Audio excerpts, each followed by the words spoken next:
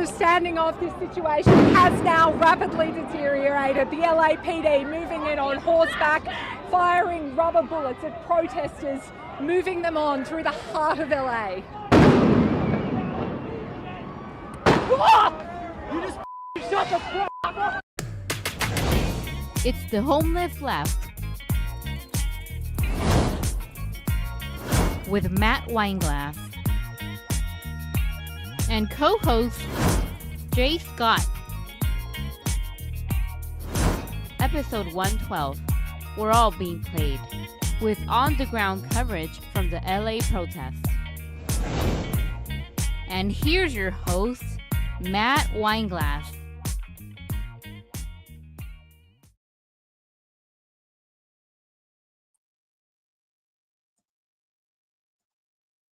Here we go.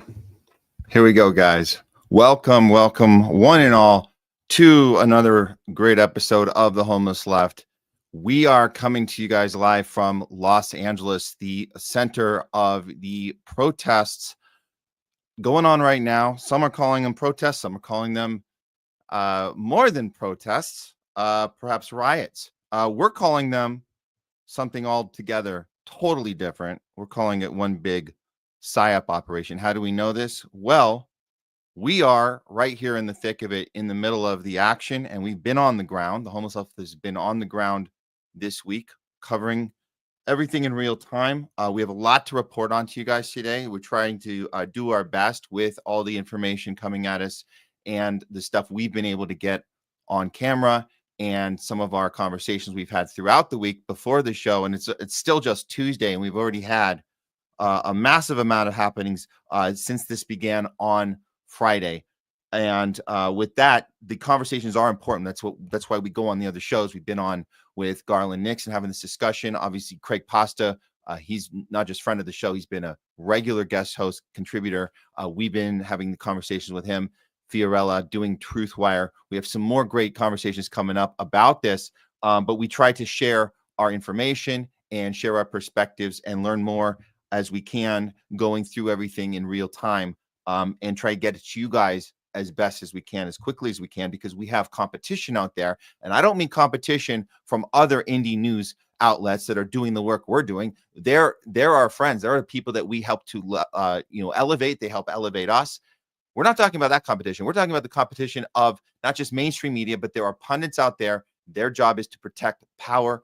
Some of them do more protection than others, but the bottom line is, when there are people that call themselves journalists and these type of incidents happen, and their job is to go out there and protect one side and punch down on the other side and help keep the people in their base irritated about the wrong stuff, angry about the wrong stuff, living out of fear and divided. If they're doing that, that's not journalism. And so that is our competition, and that's what we have to fight against every day. So when we see reports come out about the thing that we're right here to cover, and the reports going out completely contradict the thing that we are seeing ourselves, that's when we know we have a problem. But that's when we also know that what we're doing here is important and it's necessary, and that's why we have to do it best we can. This is ongoing, guys. So it's not just, we're not just going to give you, this is the whole deal today and moving on. We're going to continue covering this throughout the rest of this week and into next. So we're going to get into some of the stuff that we've already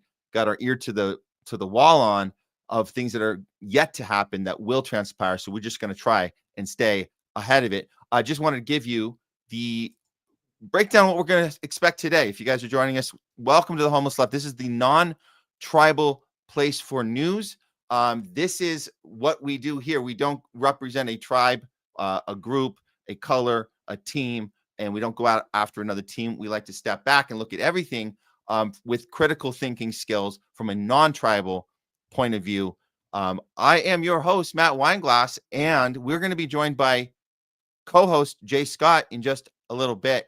And we're going to be looking at not just the protests, but the stuff going on behind the scenes with Palantir. If you guys have been following the show, you know Palantir deal is a very important piece of this puzzle and the surveillance state that's coming. So we're going to continue talking about that.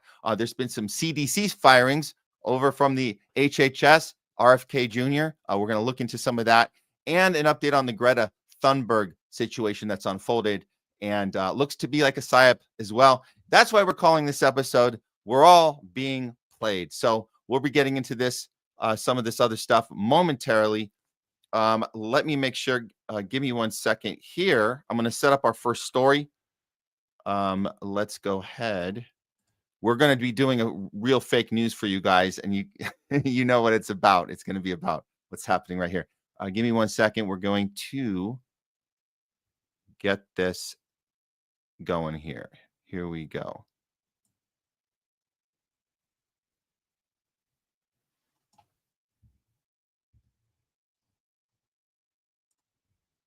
Okay. It's Tuesday, so you guys know what time it is. It's time for your real fake news update. Here we go.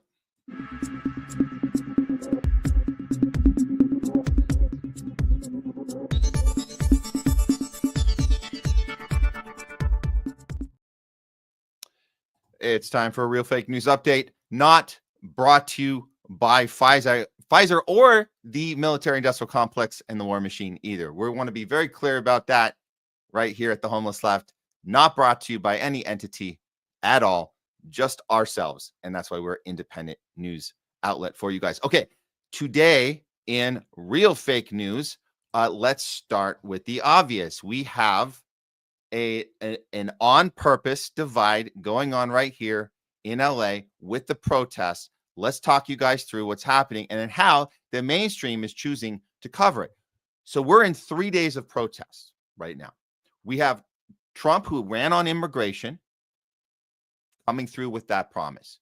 He's in the last 2 weeks, he has stepped up the deportations by using ICE and conducting these raids excessively, to the point of he's gone from 600 deportations daily up to 2,000.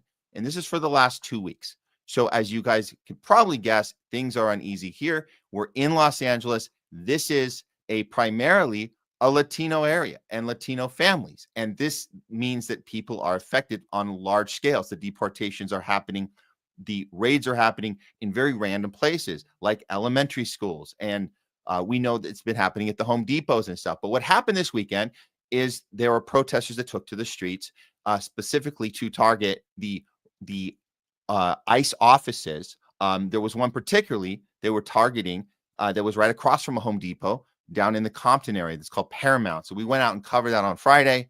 The downtown LA, which is a little closer up to the main LA area, not on the south side, but closer in the downtown east side of LA.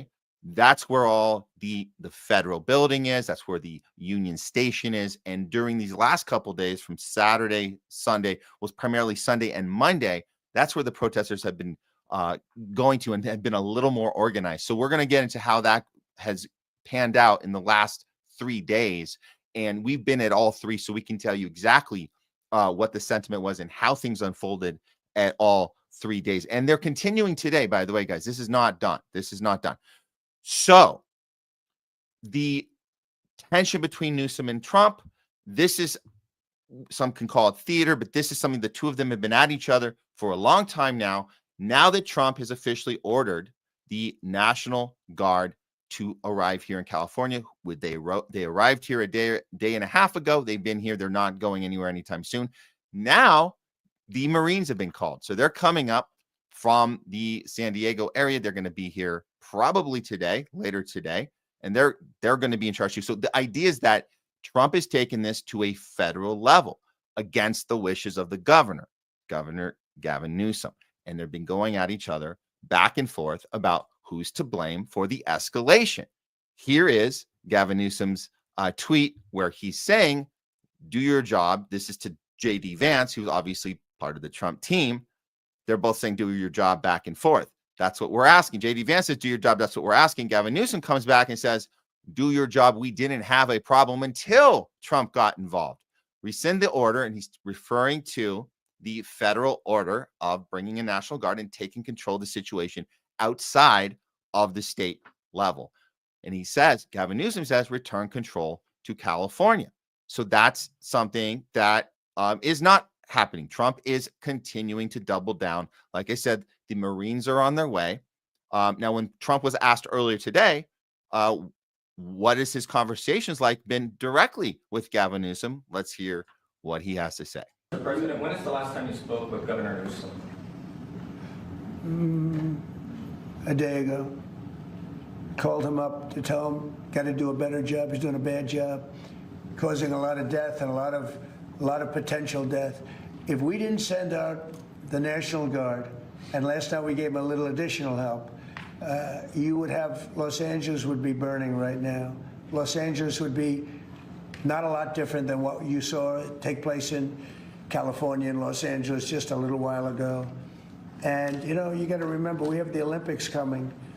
So we've been here the whole way. Obviously, guys, we're based here. January, if you guys remember back to January, we had the fires go down. There's so much shadiness in that back and forth. The fact that, you know, Newsom had been funneling money, not putting it into protecting the people here and the houses. The reservoirs were completely dry. We looked into how people lost their insurance. There's money. There's a whole money laundering scheme. There's this whole bit to get the Olympics to control the corporations, the banks to buy up all the property. There was this whole thing. We did a whole investigation on it. Trump seemed to know what was going on, at least enough to vocally criticize Gavin Newsom. So that's where the feud initially started.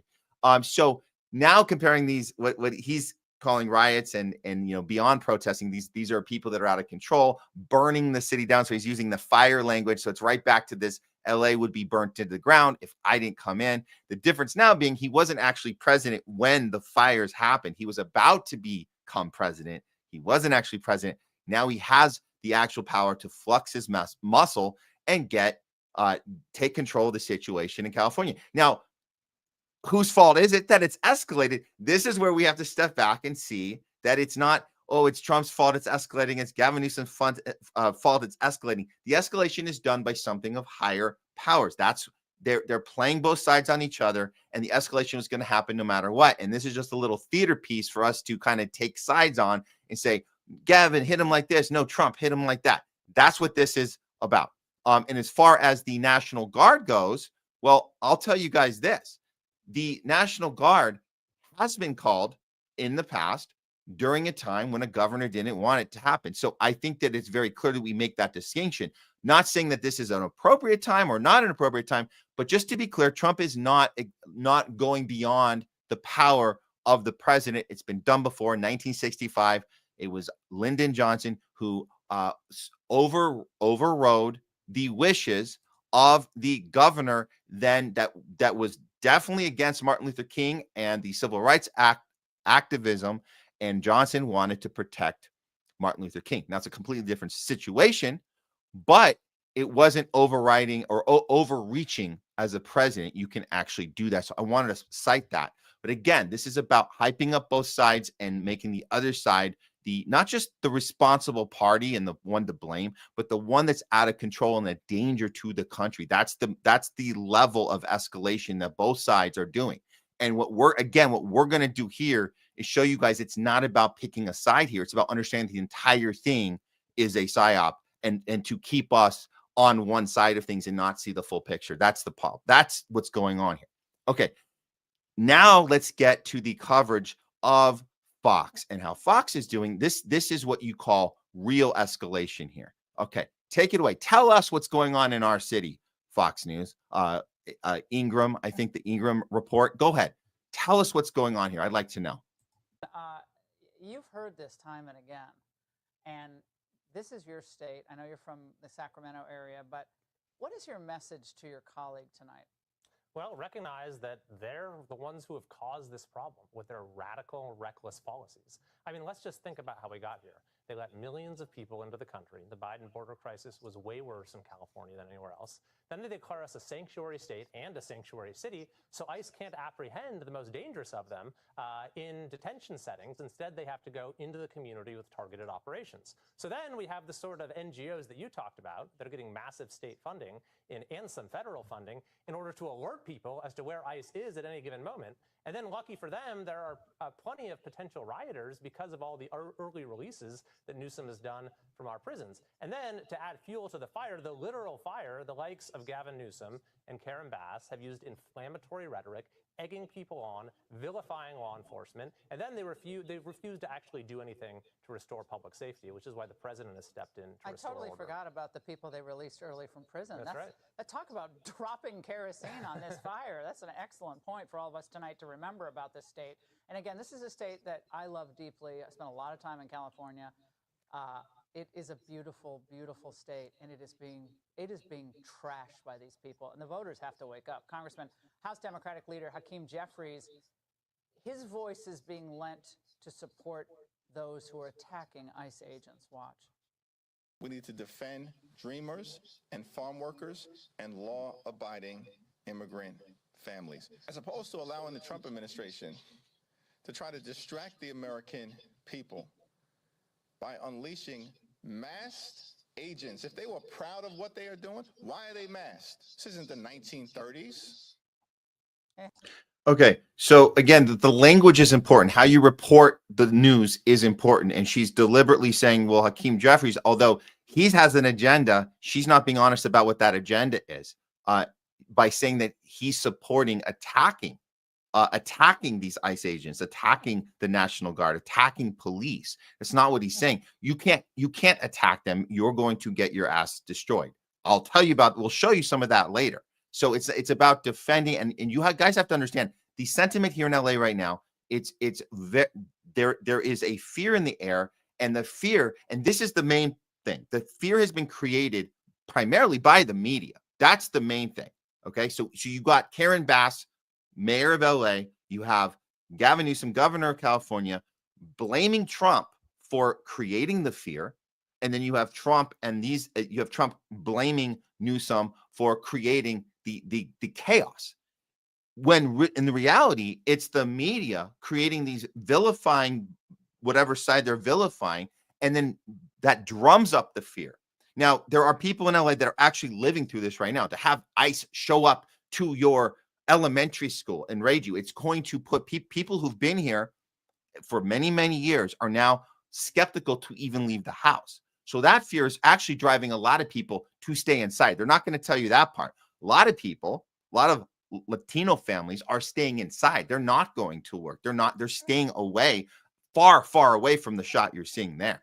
Now, as far as people taking to the street, they're doing what they feel is the right thing to do, to get on the street and protest, which is legal to protest. You have a right to protest. That's something that we don't talk about. They're associating protest with violent insurrection behavior. This is the problem. This is the problem.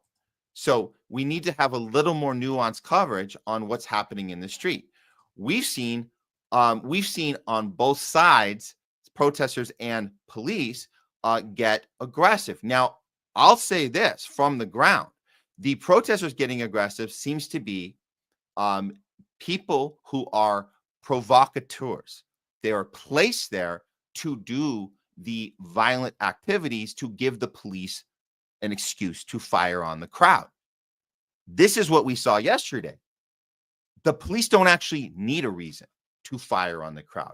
Yesterday, at the federal office, the federal building, downtown LA, there was no provocateur going on, no provocateur behavior. That behavior was going on the first 2 days out there. It definitely backed off, and they were doing peaceful protesting. And then the police moved in and shot at the crowd and physically assaulted the crowd without any provocation. So there is a difference. There's a distinction. And these people should actually get off their ass and go down and have a reporter down there to actually report on what's actually happening. Okay. Here's my report. I'm going to give you guys a little clip. Here's my report of what was happening at the federal building yesterday at the peaceful protest. Here we go. Okay, we're downtown for day 3 of the protest. We're across from the SEIU building where David Huerta, the president of the SEIU, works out of there. So this is where the protest is gathered today. He was arrested. David Huerta was arrested last night, being charged with obstruction and $50,000 bail. Okay, so what? You might not be able to hear it. It's very loud there. I actually am mic'd there, if you can tell, but it's so effing loud. So David Huerta was SEIU president. He's the president of the SEIU in LA, and he got arrested and held for a felony for obstructing justice during an ICE raid. So the $50,000 bail was paid. He's been released, but that kind of led the way to a real organized protest to let them out and to not charge the head of a union, the head of one of the biggest unions in the planet, the biggest union in the planet, or the second biggest, to charge him with a felony count for obstructing when he was the one that actually was he actually got injured on the arrest. So that's the premise for this particular gathering. I'll cover a little more here in a second. Now they've released him since, but the felony charge is still holding. The National Guard got brought out earlier in the day this time. So as you can see here,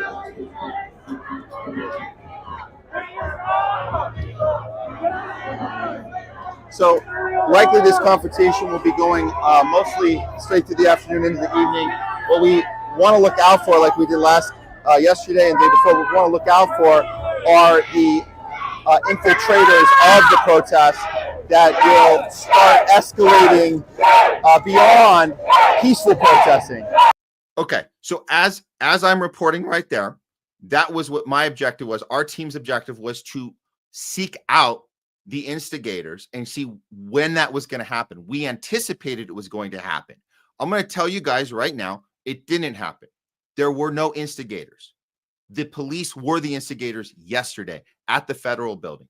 Once they instigated violence, then you had people responding to that violence. So there's an order of operation that's very important to understand. And so it looks like the police were going to do what they were going to do anyways. I'm going to show you guys a little bit of what we were able to film, but we were in harm's way. We were in a very, very dangerous situation yesterday, being fired at. You guys saw the opening of the show. We show you guys that reporters were getting shot at. They didn't care. They didn't care. The thing about police is when things are calm, they can be perfectly civil and human and cool. And we had our press passes, high-fiving, totally fine. The second they get the order to get into war mode, they put their humanity aside and they become war machines. That's what they do. And it's the same for the police. It's the same from any military. It's the same. What we're talking about, National Guard. We're talking about the Marines coming here. I'm telling you guys, it doesn't really matter. It's kind of semantics to be talking about. It's kind of an ego game, right? It's a who can flex their power more. That's why this Trump and Newsom feud is total BS. Because step back for a second and understand that anybody with a badge and a gun, anybody with the right to not have to follow the law and take the law in their own hands. I don't care if you're Marines. I don't care if you're National Guard. I don't care if you're police. I don't care if you're highway patrol. You have a badge and a gun. You have the right to wreak havoc on people. So the fact that we're talking semantics about who's been called and what they're doing, I'm telling you, when you're in the middle of this thing like we were, anyone can fire on any of those entities can fire on you at any time they want. Now, again, the police have a way they behave in respectful ways when they're not in war mode. We had plenty of, hey, guys, and you're doing a great job. I'm telling you, those conversations happen. We had our press badge. Hey, guys, can we get to our call? Oh, great. Yeah, that's cool. Thank you, guys. As soon as they get the call, it's fire on the crowd, and reporters were targeted. My colleague got knocked to the ground by one of the cops. He got fired upon, and it skidded across the back of his jacket, and it hurt. And he didn't even get a direct shot. So these are not accidental oopsies. These are like, they don't care. Once they get the call, they go into war mode, and they're no longer that person who said, oh no, I'm cool, cops are cool. Man, we're cool as long as you follow the law. So this was a peaceful protest that was interrupted. Let me show you some of that right now. This is how, okay, here we go. You get the right footage here. Okay. This is the peaceful part, and then I'm going to show you the police deciding not to make it peaceful.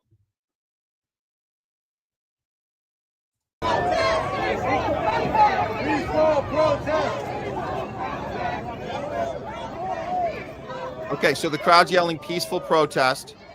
And what they're doing is they had set a perimeter and they told everybody there, if you don't leave, we're going to make you leave. So they give you that warning. Now, to be clear, there was no violence going on. There was no cars being burnt this time. We can show you that about the previous days at the previous locations. But here at the federal building, there was no violence coming from the crowd. We can tell you that for a fact. We were there the whole time. So they give you the warning. They give you a warning. And then what they do next, this is what they do next.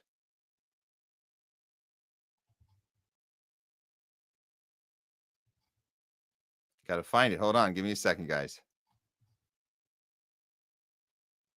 Okay, this is the escalation. Here's the escalation.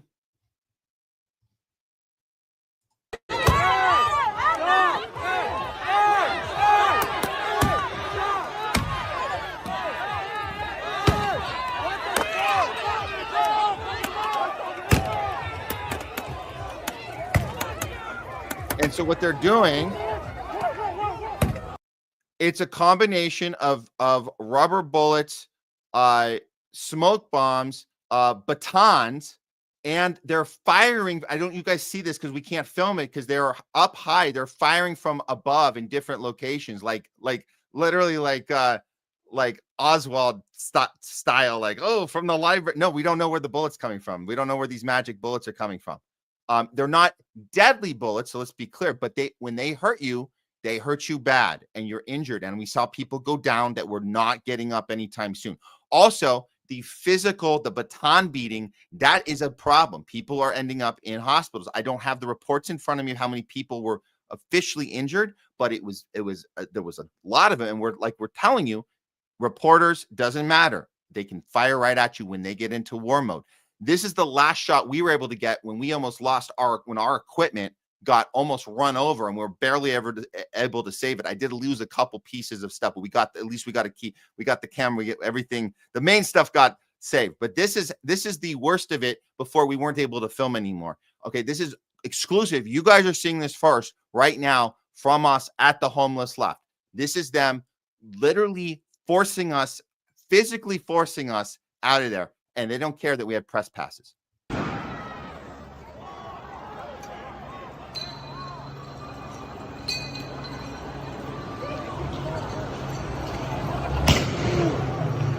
They're just firing at random people.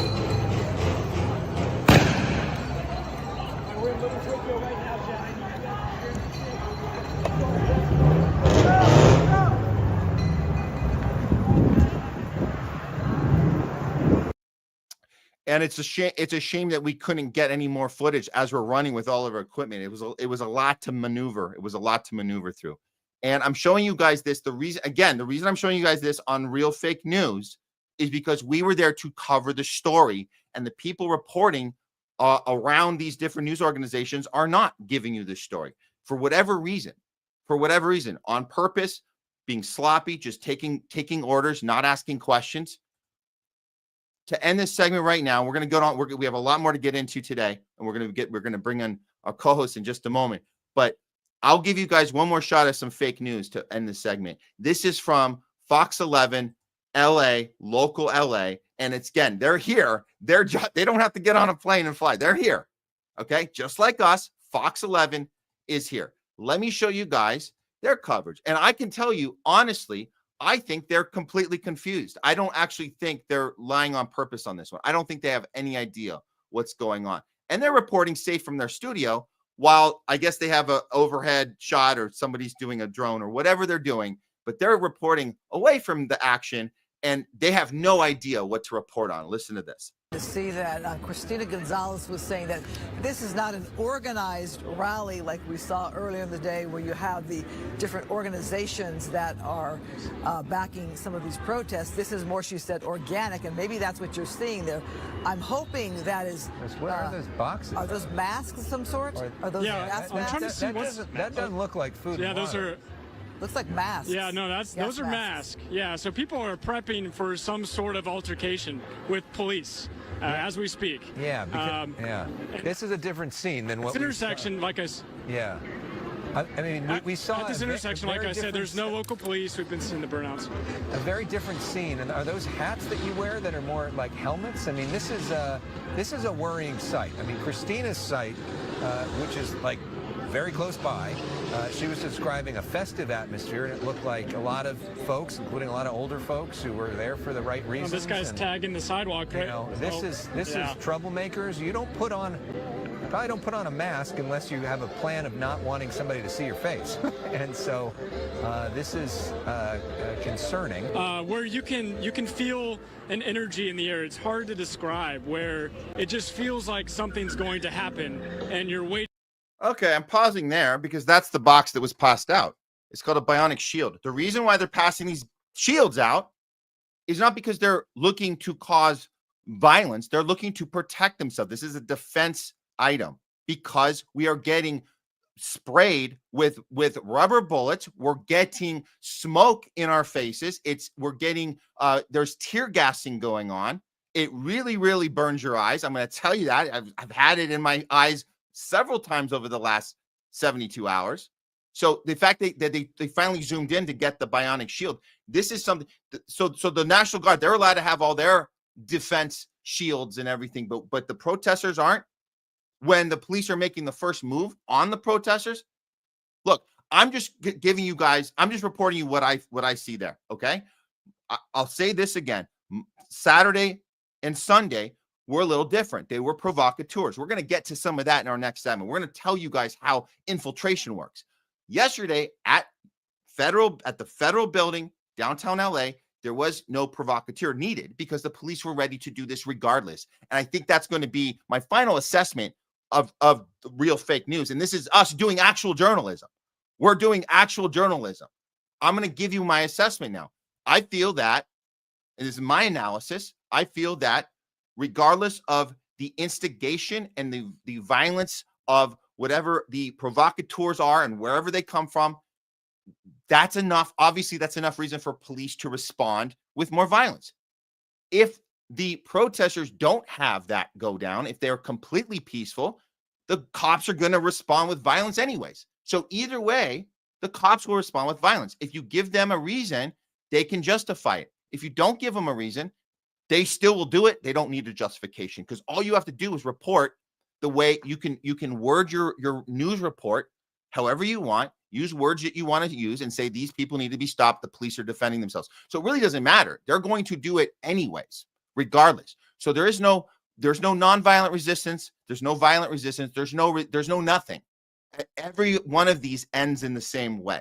So I'm going to tell you that from the ground, reporting on this 3 days in a row. And we're going to continue the coverage. If I get any new information, I'll tell that to you guys, and we'll reassess ourselves as we go, because that's how journalism is supposed to work. But what you guys just saw was a real fake news update, not brought to you by Pfizer. All right, let's move on, guys. Thanks for joining us. If you're just getting to us now, we're literally just getting started. We got a lot more to dive into here. Let's, without further ado, because we're running a little behind here, so it's my bad here, and I'm going to apologize to our co-host here. But without further ado, let's bring back into the show with us today our co-host, Jay Scott. Hey, what's going on, Matt? You've been doing great coverage, man, of the protests over there. So, yeah, man, nice work. It's crazy seeing what's happening in LA. You know, it's been a few back-to-back incidents over there, man. Like they had the fires not too long ago, now the protests. I mean, the Psyops are ramping up right now. As soon as they got Trump in, Psyop time. Crazy, huh? Absolutely. It's been nutty, man. It's been quite a 2025 so far here in LA. But I do think, like, I have to say, and I want to start this discussion with you just from this starting place, that the sentiment here, because you mentioned the fires and you mentioned like all this stuff, all this chaos in the air, and we've had a governor, let's be very clear, we've had a governor that has been unable to manage the state in any way, shape, or form. Hasn't done anything like on a level of completely debate. We talk about bait and switch. We talk about Trump baiting and switching. Newsom's been doing that to us the whole time, a lot longer than Trump. That's how the duopoly works. Yeah, exactly. So people who are very confused, as we know, it's a blue state. It's a Latino state. This is the majority population in LA in LA is Latino. So they're affected when these ICE raids come up, and they have gone to a level, and we've seen the numbers. Trump was averaging 600 deportations a day. It ramped up to 2,000 over the last couple of weeks. You and I are going to talk about why we think that happened. But to be clear, so guys understand the numbers and the math, 600 a day average is actually half of Obama's best year, where he could high five his VP, Joe Biden, and say, we got 1,200 a day in 2013. So I want to give people a perspective that was double what Trump's been doing. Up until about 2 weeks ago, he upped it. He brought in the ICE. He brought in these raids, and they're going to random places, and it's scaring the crap out of a lot of locals here that have not done anything wrong. We're talking about nonviolent people that are living here, a lot of undocumented workers, people associated, family members of undocumented workers who are legal, and they are all affected because they don't want to leave the house. So those people aren't being reported on, Jay. The people that are staying home, that are afraid to go to work, they're petrified right now. The people in the street, that's what we're trying to figure out, where they're coming from, and all their there's a lot of different groups organizing. They're not necessarily connected, which can be very challenging because you have different people and different things. They have different intentions and different demands, and that can also confuse a movement if different groups have different demands of their protests. So we want to get into all that, but I wanted you to know that's what we're doing here. And that's what we want our audience to understand, is that we're trying to look at it from all the different levels, not just a black and white, not just a red versus blue, not just a you're insurrectionist. No, you're insurrectionist. No, no takesy backsies. It's like that's not news. That's not coverage. That's not real, critical thinking. So we want to go a little deeper here. And, what people don't realize is folks over there, are feeling targeted, like you said, like it's a Latino majority state, and a lot of the deportations are focused, like on Latinos. And I think that's one reason why there's a lot of misunderstanding around the Mexican flag that's been flown, at a few of the protests and all that, because when people feel targeted for something, a lot of the times their instant reaction is, okay, well, I'm going to double down on what it is. And, and all the flags are like freedom of speech, but, I'm glad, you have a nuanced state, because I also think, if you look at the nature of what's being protested, I would also, speak to the people protesting about possibly, framing the message a little bit differently, because even with like an American flag, you can get the same point across, and the optics, would come out a lot differently than, what's been happening. But it's a nuanced conversation with several different aspects to it. And people who are legal immigrants are also, going to be worried about what's going on right now, because sometimes, you don't know if you're just being targeted or if someone made a mistake on their end. So there's a lot of tension in the air and a lot of misunderstanding about the perspective, that each person has in this situation. So. Oh, absolutely. I mean, you hit it on the head there. So you of course, people who aren't doing anything wrong. Well, what are you afraid of? If you're not doing anything wrong. We understand how systems can fail on themselves. They can crumble on themselves with bad communication, bad intel, making mistakes. Oopsie, we accidentally sent the wrong person to El Salvador super prison. We'll never see them again. Our bad, like that kind of stuff. Absolutely, people have a right process, man. That. It's being skirted around in a lot of these situations. So a lot of people, are probably nervous. So yeah. So, and the media doesn't help with that, because they amplify the fear without doing the reporting that should be done. Like, hey, let's look at the numbers. Let's keep a perspective here. Let's actually ask questions about what's Trump's real game here. Is it really about immigration, or is it just about flexing his muscle because that's the it's about what we're about to get into, man. Yes, that's why, I'm excited about this lineup that we have today. So let's jump in, man. We're gonna get into it, and let's do this. Let's start. Actually, you know what? Here's what we're gonna do. We're gonna divide because there's so much here. We're gonna talk about Palantir first, and then we're gonna talk about how I guess we can call it how infiltration works. Okay. So those are two. We want to cover both of these. So there's a lot here, guys. So what I want you guys to try, we're going to take a little at a time here. So to start the storyline of what is this all about, we have to look at the messaging coming from each side. And let me focus on the right-wing populist people right now. We're going to get to Laura Loomer in a second, but I want to start with Nick Sortor, because Nick is using the verbiage necessary to then bring in what we think it's about. It's all about Palantir. So we'll get that in a second. But this is Nick Sorto using the language that is supposed to create this atmosphere that you need to punish these people because they're out of control. So what is that punishment going to be? We'll get to the punishment. But this is how Nick is reporting what's happening here. Breaking. California Highway Patrol officers have now been cornered and are trapped under an overpass as violent insurrectionists launch rocks and explosives at them. LAPD is nowhere to be found. These guys need your help. Newsom is leaving them to die. This is complete garbage. Here's the shot. Here's the video that he showed. We were there. This is from the day before. This is on Sunday. We were exactly in the spot that his guy, whoever sent him this footage, or this, I guess this aired on an indie, whatever. I don't know what network it was. But this is how they framed this with this video.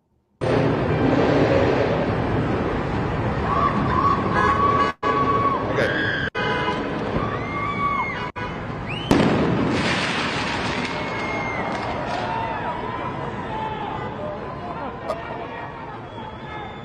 Okay, so this is a very deceptive video. So we know there's provocateurs in that crowd. They're coming up from different sides of the 101 freeway. The 101 freeway was originally, I'm going to show you what really happened here, but they're framing this like these guys are being surrounded. They're not. They have everything behind them. They have full control over.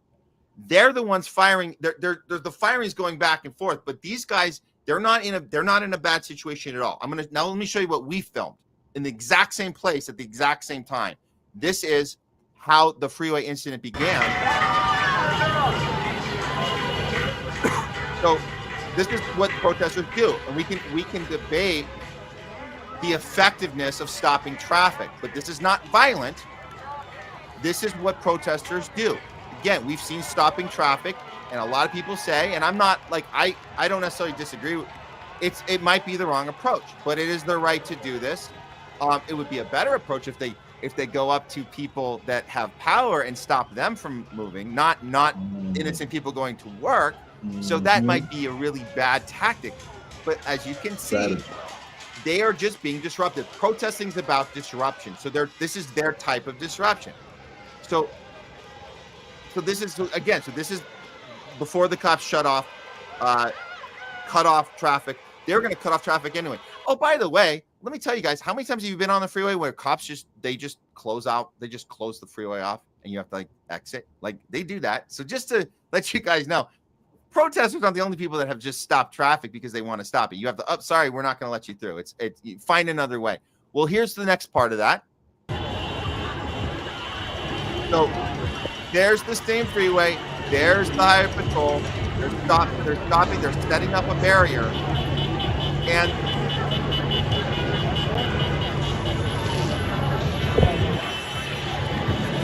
I guess on this one I wasn't able to get in as close, but I'm going to tell you guys, this is a barrier they're setting up. They perfectly do a good job of surrounding this and pushing everybody out and back up. They did it. They did what they had to do. They used their tear gas and they pushed everyone back up onto the road. That's what happened. They had full control over the situation. They were not under any sort of attack. But the language that Nick Sorto uses is this insurrectionist language where we need to teach them a lesson. So all of this, and again, I'm not saying that this is all perfect behavior. I'm saying the idea is to get everybody ready for what's coming next. And Laura Loomer couldn't have worded it any better. There's a difference between passionately protesting and starting an insurrection. And I think that's what a lot of right-wing coverage on this issue is failing to recognize. So hopefully, I don't even think it's that they don't understand it. I just think that's the agenda they've chosen to push for one reason or another, unfortunately. Yeah, absolutely. But it is an agenda, and it has to do with leveraging the thing that works for you best. They're able to leverage, this is the key. They're able to leverage January 6th, and they're doing it in the wrong way. They're doing it in a very bad actor kind of way, because if you had a moral compass, you would say this. You would say, the way we were treated on January 6th was not right. We're going to show you how we treat American citizens. We don't call them domestic terrorists. We don't call them insurrectionists. You guys did that and you were wrong. Here's how you do it right. No, they're doing the opposite. They're saying, you guys set the standard for how we treat people. So we're going to do it right back to you mother effers. And that's how we do things here in this country. It's eye for an eye, F me, F you. And so everyone's blind. Everyone's blind. And, you know, the Constitution just continues to suffer, you know, throughout all this, man. It's just so, unfortunately, people are still like retreating to each camp and just willing to be polarized, man. Because if you think about the core of the issue, you know, real quick, then I know we'll get into the Laura Loomer tweet. At the core of the issue, I think most people would agree that we should know who's coming in and out the country. And right now, with the current border system we have set up, people don't know, you know, who's coming in and out at all. So what we need is a more efficient legal system and immigration system with enough judges to process everyone, and a pathway to citizenship for, you know, probably a limited amount, you know, who've been here a certain amount of time. But like, I feel like people would at least agree we should know who's coming in and out the country. And right now, because of the border situation, nobody knows. And out of these, some of the illegal immigrants who are coming in, unfortunately, some of them are easy to pay to go and be agent provocateurs, you know, like we're about to continue to watch more footage of come out over these next few days. And then they arrest the wrong person, like, because we don't know who's in or out the country anyway. So, you know, like that should be a goal that everyone agrees on. And it's just an example of an issue where the solutions are easy, but at least not, I don't want to say every part of it is easy, but the basic parts are being overlooked, and that just inflames everything. Because when they have all these people they can pay to be agent provocateurs, it's a lot easier for them to manufacture consent. So and they're able, and it's such an advanced system they have of targeting. It's very a personalized approach. They know who to. They don't just put ads up like Zionists put Craigslist ads up and say, "Hey, come." They're a lot more. They're a lot more. They're tied into the networks, Matt. They know. They know the networks. Whitney Webb. Go read One Nation Under Blackmail, and you will see the connections between intelligence agencies, you know, as well as organized crime. And if you want to know where they can get, you know, these agents from, it's through their networks. So exactly. So let's look at the next language that we move to. So now it's the eye for an eye. You're going to treat us like this. We're going to treat you like that. Okay. Here we go. This leads to the next thing, the Laura Loomer tweet, which I know there's been a lot of reaction to this. We've been ahead of this, so we saw this coming. But here we go.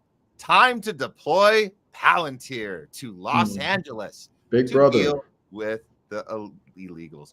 Save me, big brother. Save me. That's essentially what, you know, Laura Loomer is pushing for right now. So can't say I'm surprised, because we know who she is, right? You know, like she will do a good story 1 out of every 10 or 20 she does, and then the rest of it is just propaganda. So she's pretty funny. And this is going beyond just hey Jay, hey guys, we need to protect ourselves. Can you help us, Palantir? No, this has punishment written all over it. This has we'll teach you guys. You know you'd love to see them. You know you'd love to see them squirm. We're gonna get you. We're gonna get them good. It's time to deploy the tools. That's what she wants to do, right? Okay. Oh yeah. And if you guys are wondering what Palantir is and you weren't paying attention, I know if you guys watching our show, you pay attention, but this is just a reminder, or maybe this is an aha moment for some of you, but here you go. Trump taps Palantir to create master database on every American. And you guys want more specifics on what does that mean, master database? Oh, we already have that. That's like, that would make sense. I mean, come on, we have the internet. It's all quick. You can Google anyone, right? That's what we're talking about. No, bank accounts. Oh yeah, well that they should have access to our bank accounts. How about social media? How about we wake up tomorrow, Jay, and we can't log into our StreamYard, we can't log into our Twitter? How about that? Because they have our passwords too. It goes, the list is so long, but I'm going to let Patriot Voice, and this is connecting the dots on the timing, and we're going to talk about that. But just so we understand what this master database is, and the tapping of this happened 2 weeks ago, right when ding, ding, ding, the immigration deportations, ICE raids launched into the next level. How interesting with the timing. But here's Patriot Voice, a little quick breakdown Alex Karp, we covered him. You guys should go check out some of our Alex Karp coverage. The guy's like literally a maniac, like super villain, right? He's like, I gotta take over the world. So there's so many clips of him saying stupid stuff like our primary goal is to set global standards for the world of behavior. He talks about, we every once in a while to create peace, you got to kill someone. Like he says these things. This is not a joke. So the reason this is alarming, and this was on June 3rd, so this is before Patriot Voice put this out. He knew that this is setting a foundation that we are not going to recover from. Trump made this deal with him, so it allows the company to weave this very, very specific fabric of into the whole federal government, all the information we have. It's merging all databases into one. Everything personal, sensitive data.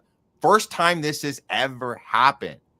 And it's significant because even though they've already had our data, merging it across all agencies, like to a third party. So it's beyond the federal. Now you've got this. This is the corporatist takeover, right? Where you have this third party entity that now controls all of everything, all of the federal agencies and all the people that are citizens of this country. And so it's an intel agency instead of a company. This is the partnership Palantir with BlackRock. This is deep state. There's some other stuff. He goes through this very carefully. Let's see. Yeah, Alex Karp bragging about stopping the rise of the far right. Why would Trump? Well, wouldn't Trump be opposed to that?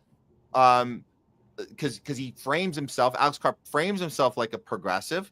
Wouldn't that be weird? Well, no, because they want to set a standard. This is how you get both sides on board. The social credit system. Like we said, it kind of links everything together. The left was already very excited about having our medical records on digital ID. They loved that idea. So you put our financials, our medicals, our personal stuff, everything. So it's convenience because now, it's all being like weaponized to get to this, like the same end goal. Like it's crazy, man. Different issues get weaponized to get to the same end goal. And, like watching this play out in real time, like right before they passed the AI bill too, with everything Palantir is involved in, it's crazy, man. So again, we talk about social credit score, all this stuff. It's a nightmare. These psychopaths, and let's be very clear: the psychopaths they're not representing the left or the right or a political party. This is the people the puppeteers of making us think it's Biden and Harris versus Trump. It's Gavin Newsom versus the MAGAs and the police versus the protesters and the insurrectionists here and the insurrection. No, all of that is staged. This is not that. There's the people, the overlords above that, which are putting this on everyone, and that's the ultimate outcome. And this is where he gets in, and we think about these films, the pre-crime, right? This is from Minority Report. This idea this depopulation agenda, and he's saying at the end, we're the carbon they want to reduce. So this does feel like a combination of all the things we saw in Hollywood films, and they told us it was coming. We thought it was fiction, but it's Minority Report, it's Terminator 2, it's Black Mirror on Netflix. It's all of these kind of rolled into one, and we're living it in real time. And I believe, Jay, this is exactly why this is happening right now with the amping up of this supposed racial war. They want to make it about race when it's really a class war, and this is how you get everybody angry about not stuff that doesn't exist, because we obviously know we covered the Latinos being targeted here, but we're saying that there's a larger purpose here, a larger end game, and the immigration issue is just a means to that end. Do you agree with that? 100%. It's a wedge issue. The end game is centralized digital ID. And this is one of the rights, like major issues. Once elections come around, then they're going to weaponize that. Once the left gets back in power, they'll be focused again on vaccine passports and, all that good stuff. So, yeah, man. And they employ different strategies with different sides of the spectrum to get to that end goal. So it's not just digital ID, but it's the entire, surveillance state complex that, we're seeing get ramped up, pretty quickly. And, with Trump adding the AI clause into the big beautiful bill. For most people who don't know, the big beautiful bill that's been stirring up all this controversy, there's a clause in there that says you can't regulate AI for at least 10 years. And Palantir, in addition to having our information, is a big time AI company. So it kind of shows you they're pulling so many different pieces together, all to support the same mission. That tells you how important this mission is to them. And I feel like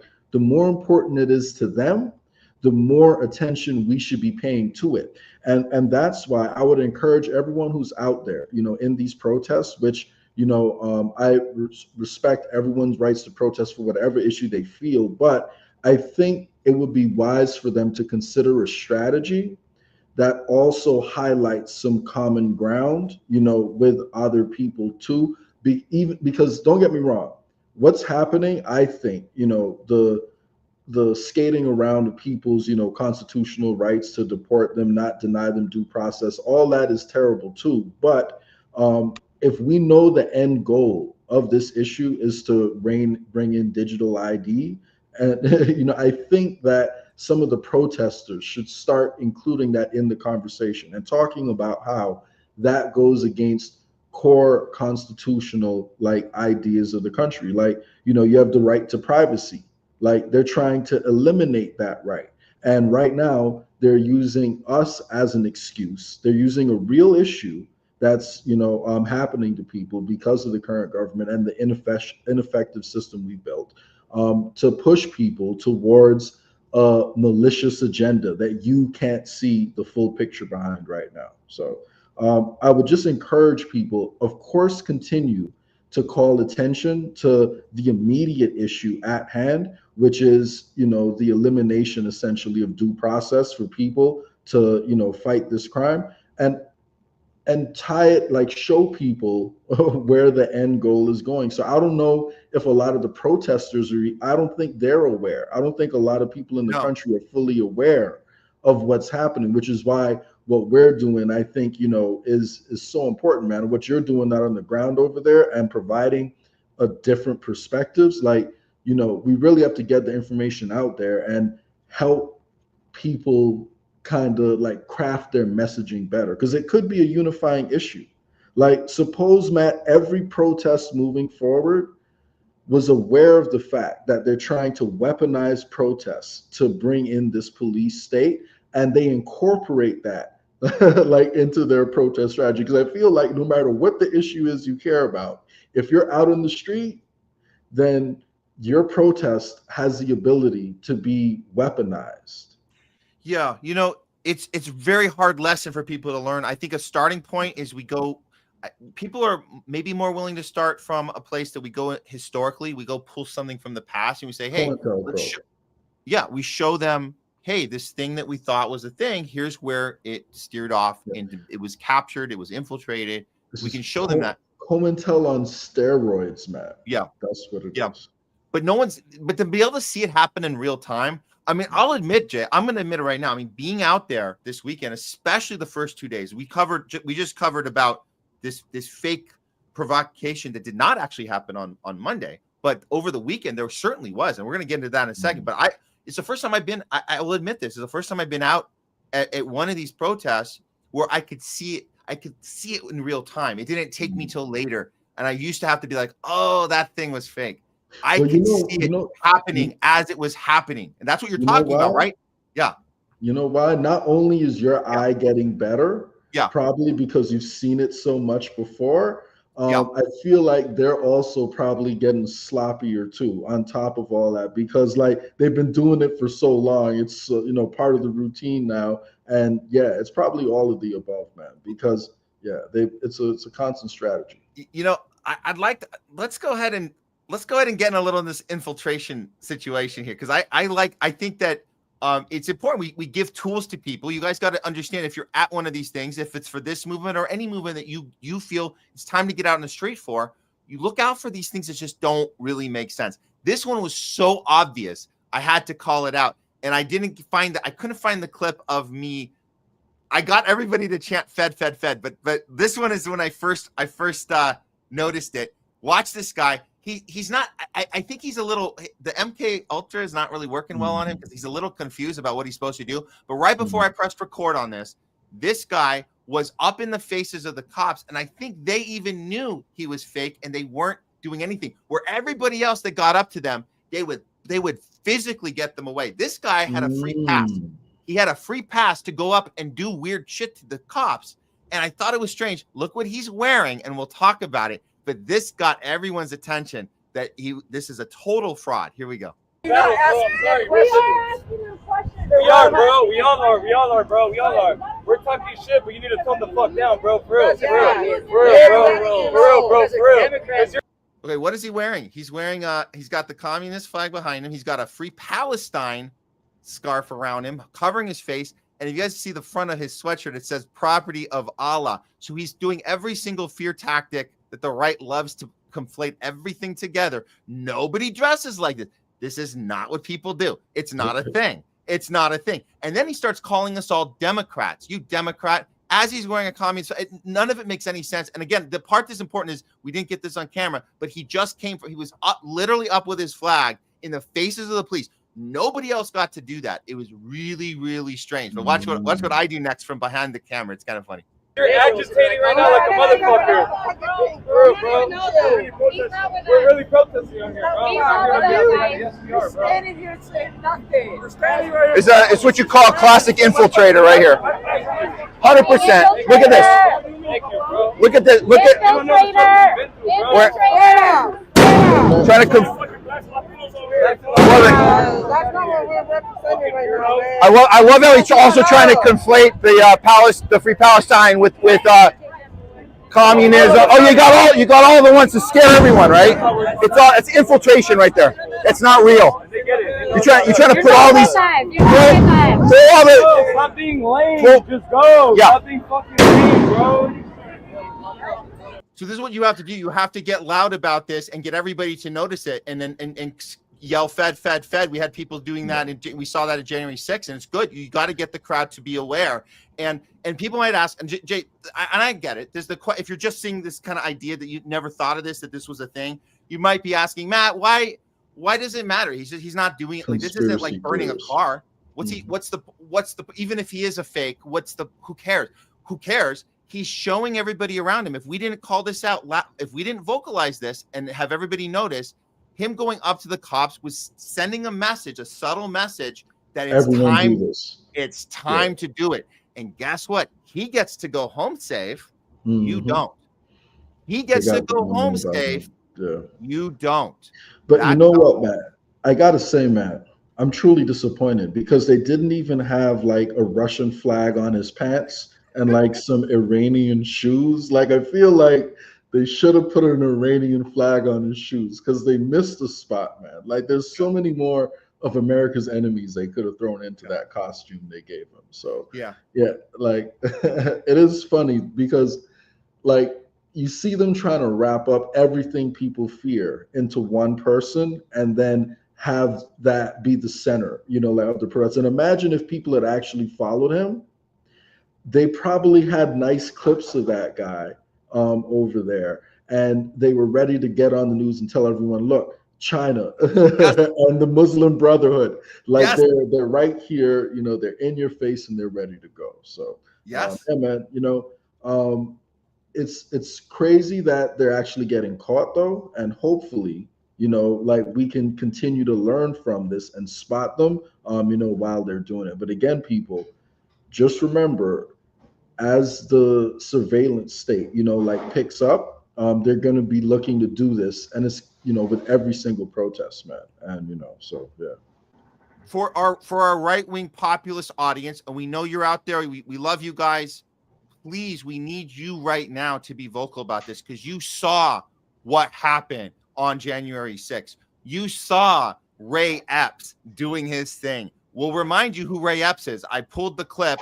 One of them. There's a few clips of him. I don't know if this is the one where there's a guy that did what I just did. What I did in LA 2 days ago. The guy goes, Fed, Fed, Fed. And everybody picks up on it. You have to be vocal and you can get everybody to say, this is fake. This is not what we're doing. Here's Ray to remind you guys, January 5th, the night before, Ray Epps is the the honest guy that showed up for free speech, and he wanted everyone to know we're going into the Capitol. Really? Is that the plan, Ray Epps? Is that the plan? Put it out there. I'm probably going to go to jail for it, okay? Tomorrow, we need to go into the Capitol. Into the Capitol. Peacefully. Fed. There it is. Fed. That's what you have to do. So Fed. You're not gonna show up to the Capitol. You're not do anything. I got bare masks. What the fuck are you gonna do? Honestly.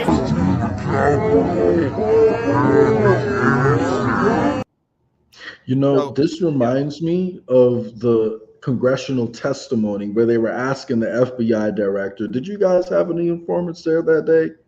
No comment. No comment.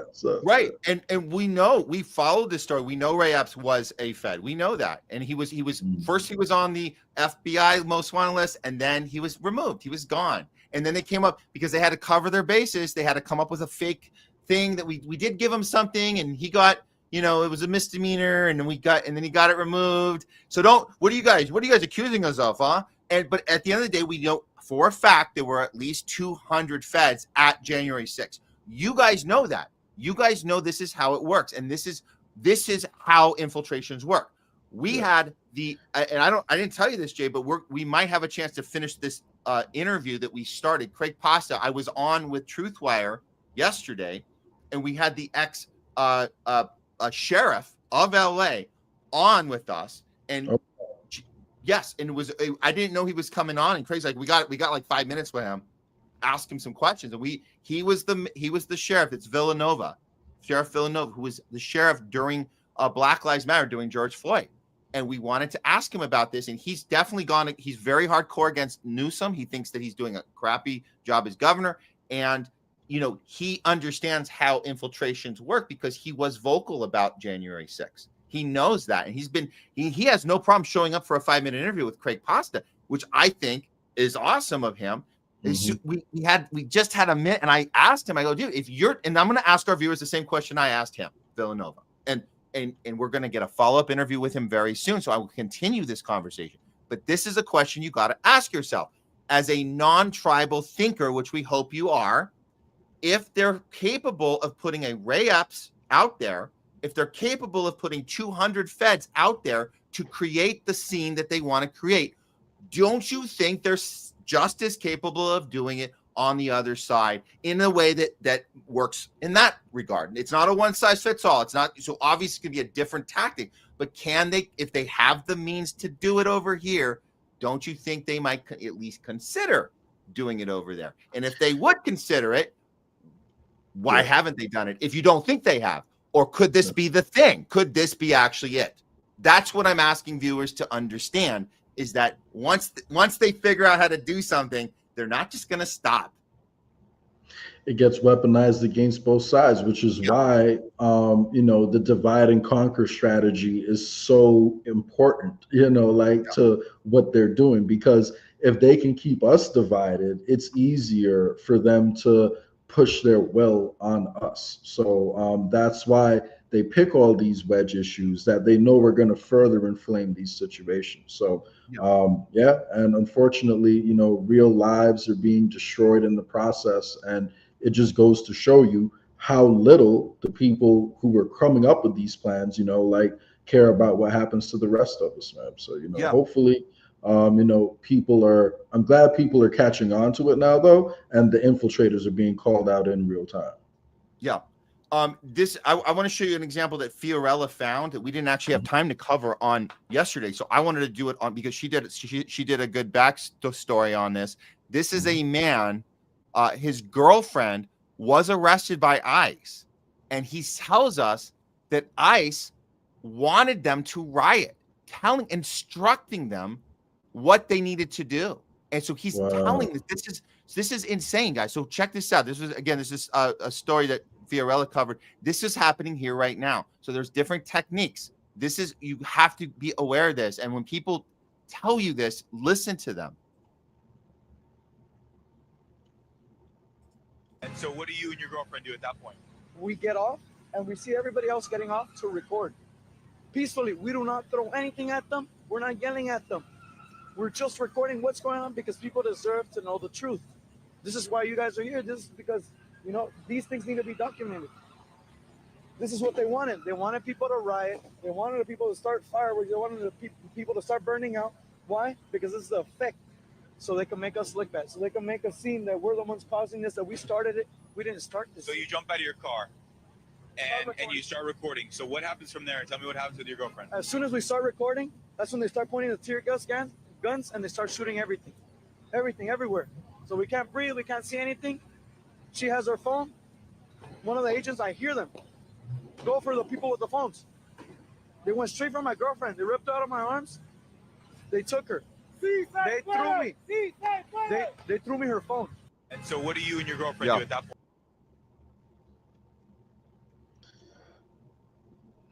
That's crazy, man.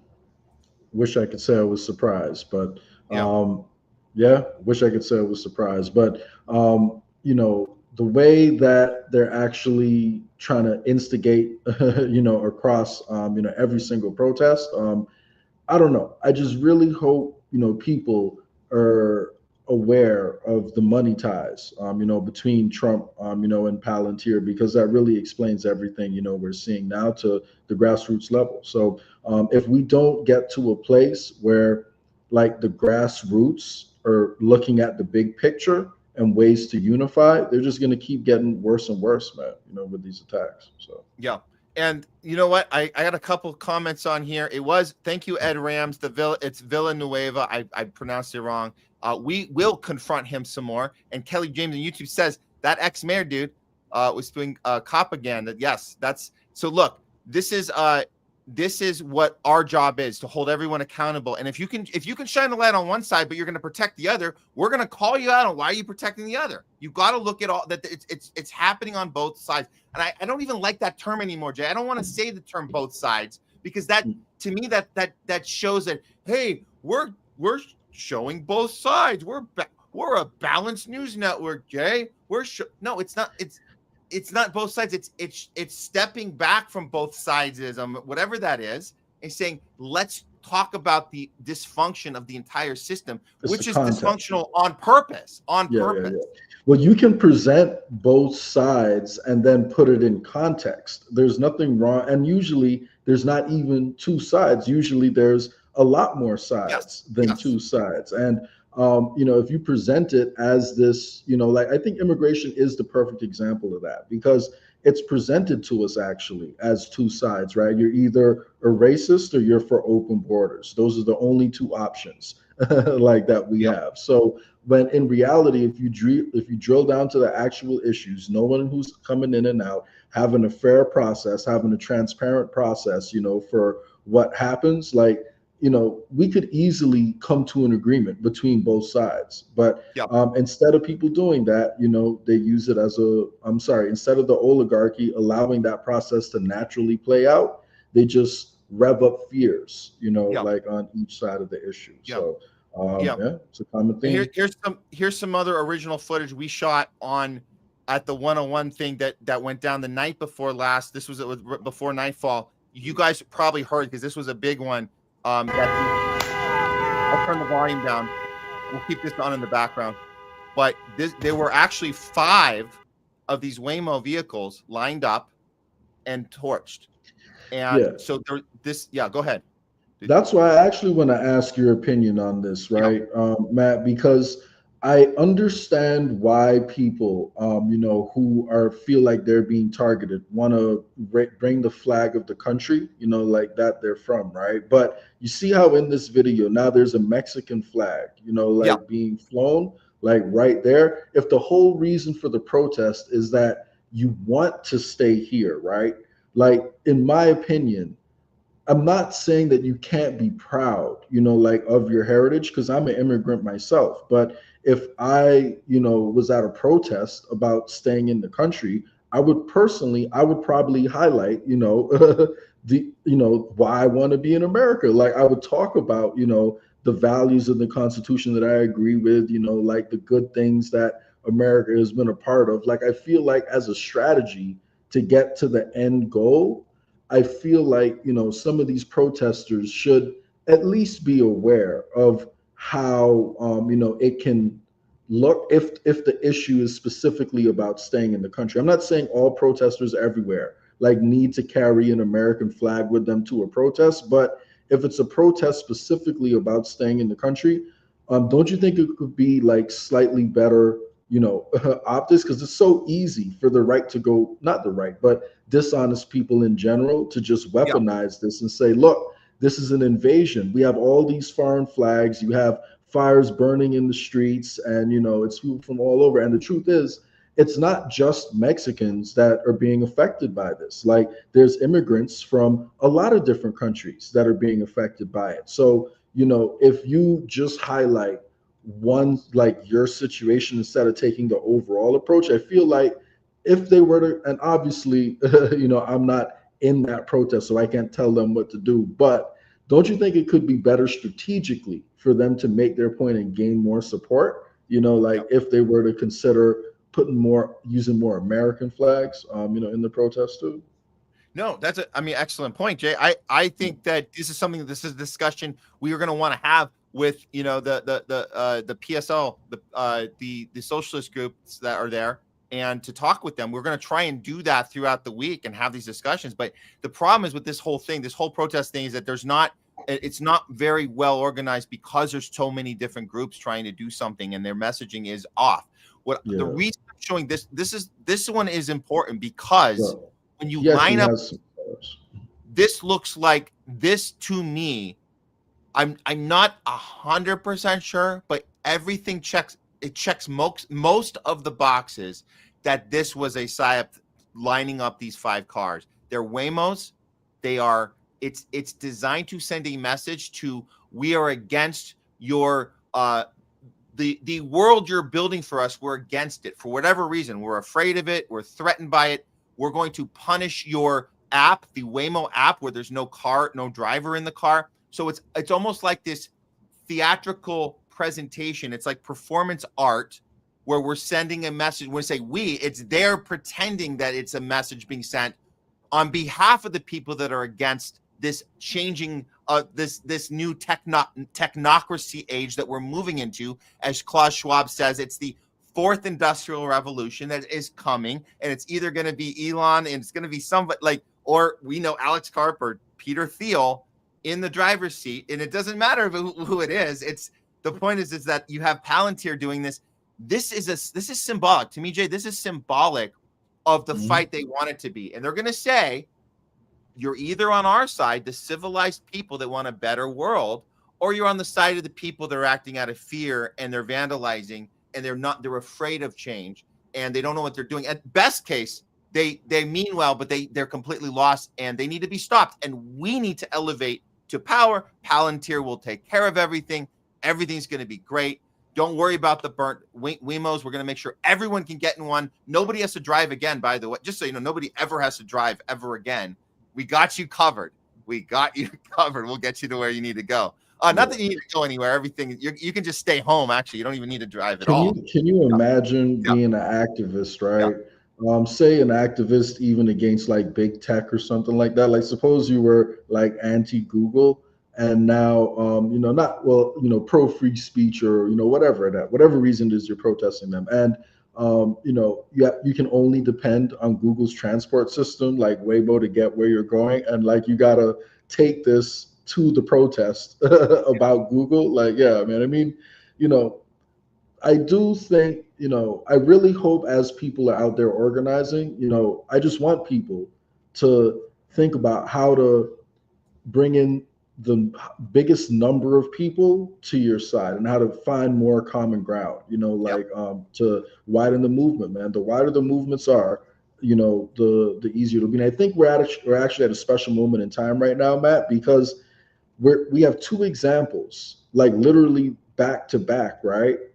of different groups having these tactics, used against them. In BLM, there was, people who were protesting in the BLM issue on the left. You had people protesting, police brutality. And now then we had the vaccine mandates, and now the immigration protests. It's like each side, we can clearly see it happening to the other side in front of our eyes. So I think we should take advantage of this opportunity to unite, as one. So, just focus on the issues that affect all of us. And it's easy for people on the right and the left to find common ground if they want to establish that common ground.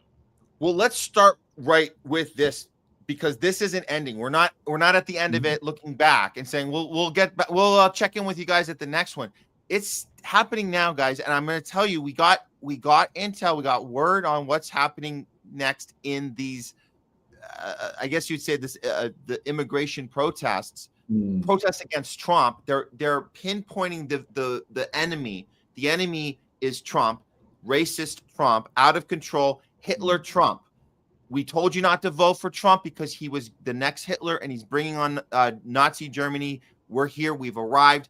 And the date they're setting for this arrival of Hitler's here, is this Saturday. So the messaging is June 14th. June 14th is Saturday. So you guys understand this is happening right now. June 14th happens to be Flag Day. It happens to be Trump's birthday. And it happens to be a 250th anniversary of our military. So there is a military celebration day planned. Trump wants to be the guest of honor and wants to have this big celebration theater piece. And it's all, by the way, guys, it's all theater. It's all theater. Trump's not unique to this theater. He's just embellishing the role that he rightfully earned. Is the guy. He's the pizzazz. This is the comedian in chief who tweets out jokes and doesn't take really anything seriously and just likes to play the game show host. He gets to do this now. He gets to be in his throne and have this great celebration of American exceptionalism, which is really Israeli exceptionalism, by the way. But with that said, there is organizing happening. And when I say organizing, this is where we have to be careful, because there's people legitimately mad about this, but they don't understand this was the next step. Los Angeles, mark my word, guys, Los Angeles was used as the stepping stone for the next piece, which is LA times 50. Every state is going to be doing what we just did in LA. This is happening. Okay.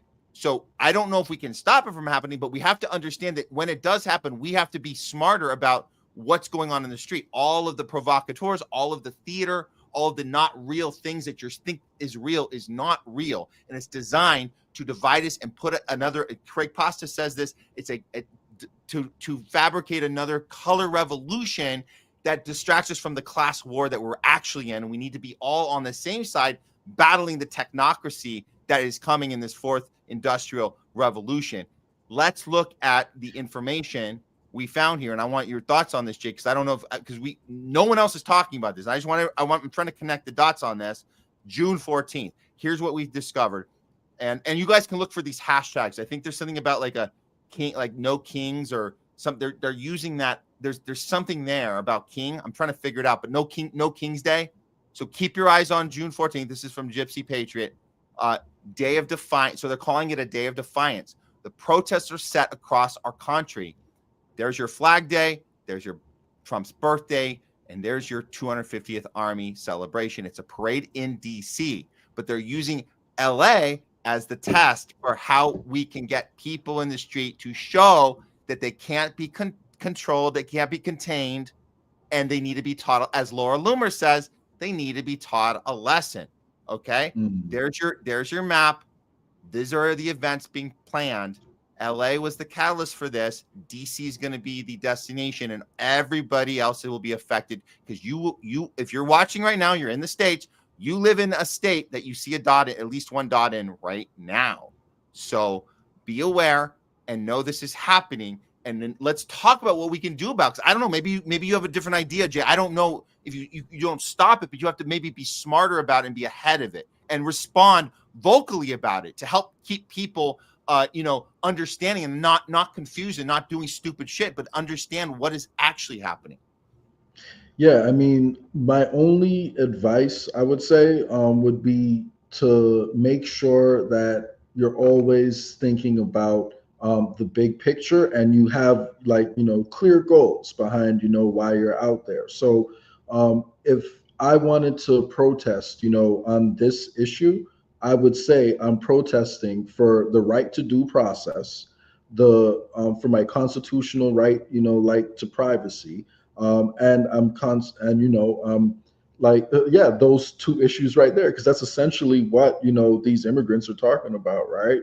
Like the ones who are not just immigrants, but the Americans who are against these ICE raids. So if you boil it down to that, that's an issue that every American like agrees on. So what I would hope people do is they take a moment to really understand what the end goal is. So you have to do a little bit of research yourself.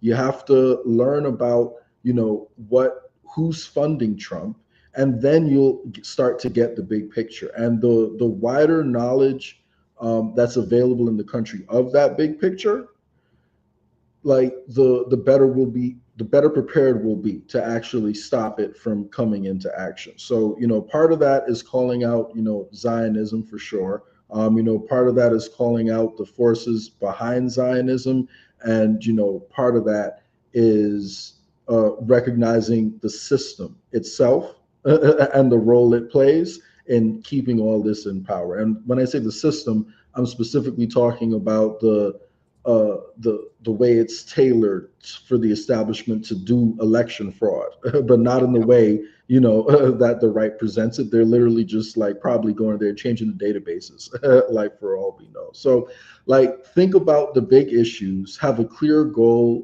behind why you're protesting, and as you're out there, just know every protest right now is going to be used to manufacture demand for the surveillance state, like 1984. That's what they're going for. Minority Report. Like you said it right, Matt. They've been prepping us with the movies, and we can see what the end goal is.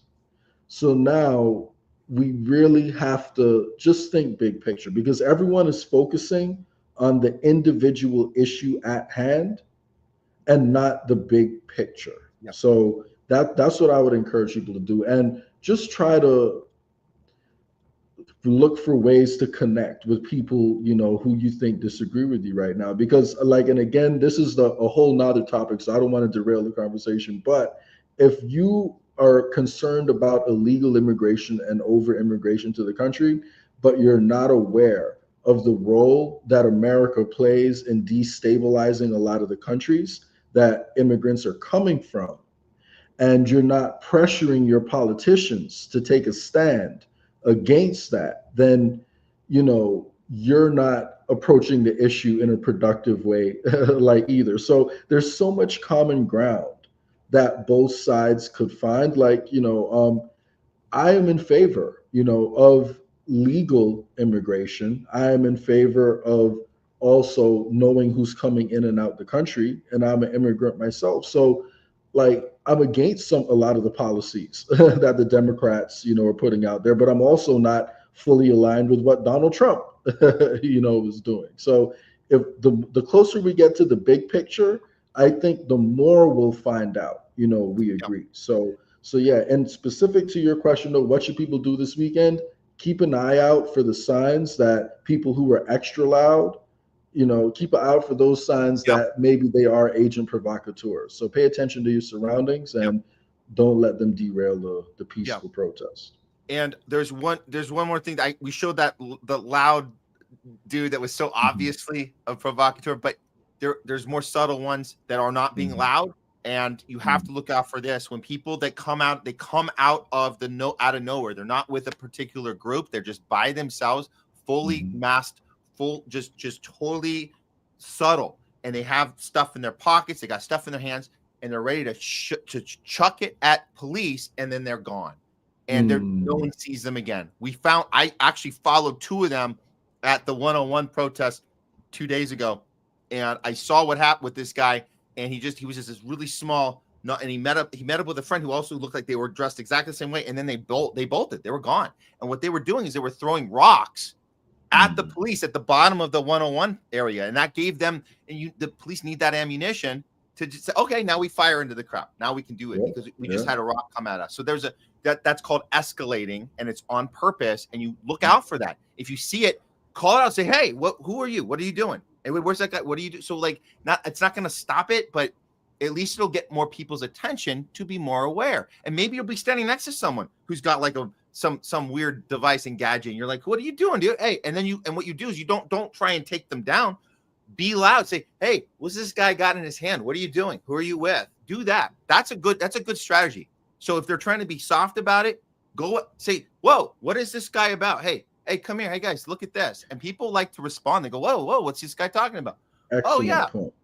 So draw attention. Say, hey, and you guys, it's a fun chant, dude. When you guys can start doing fed, everybody goes, we got it fed. It's almost like exciting. It's like, because you feel like you accomplished something. We just stopped an infiltration. We just stopped it. So let's find those guys with the rocks, with the weird gadgets, and they're not with anyone. They just kind of come out of nowhere. Hey, who's this guy? Who are you with? Where are you going? What's in your hand? Fed. And so use it as an opportunity just to connect with people, man, and talk about, how we got here, man. And if we can start, in addition to stopping the agent provocateurs, but also using these protests as a way to, connect more and build these networks, I think we could be in a good place, man. So, hopefully the right, can take a principled stance on this issue and look at the overlap between what's happened to them and what's happening right now. So we could, find that common path forward. Yeah, exactly. Okay, let's move on. I know we got you for a little bit longer here, Jay. Yeah. We do have two stories. Let's start with I don't know if I have time for both, but let's do the CDC. Yeah, let's do Let's do the CDC. Okay. Big announcement from RFK Jr., our HHS leader. The guy's doing some good work. Let's see what he did today. And I'm not being totally sarcastic or facetious. I'm saying let's see what he did here. Okay. This just was breaking. RFK Jr. removes all members of the CDC Vaccine Advisory Committee. Really? All of the members? That's cool. So he's saying today we're prioritizing the restoration of public trust above any specific pro or anti-vaccine agenda. The public must know that the unbiased science, evaluated through a transparent process and insulated from conflicts of interest, guides the recommendation of our health agencies. So this is about 17 of these people got fired by him, and they're now going to be replaced. At the bottom is here, it says a clean sweep is necessary to reestablish public confidence in vaccine science, and the new members will prioritize public health and evidence-based medicine. Oh, well, that's good. He's telling us the new members will do much better. Okay. The committee will no longer function as a rubber stamp for industry profit-taking agendas.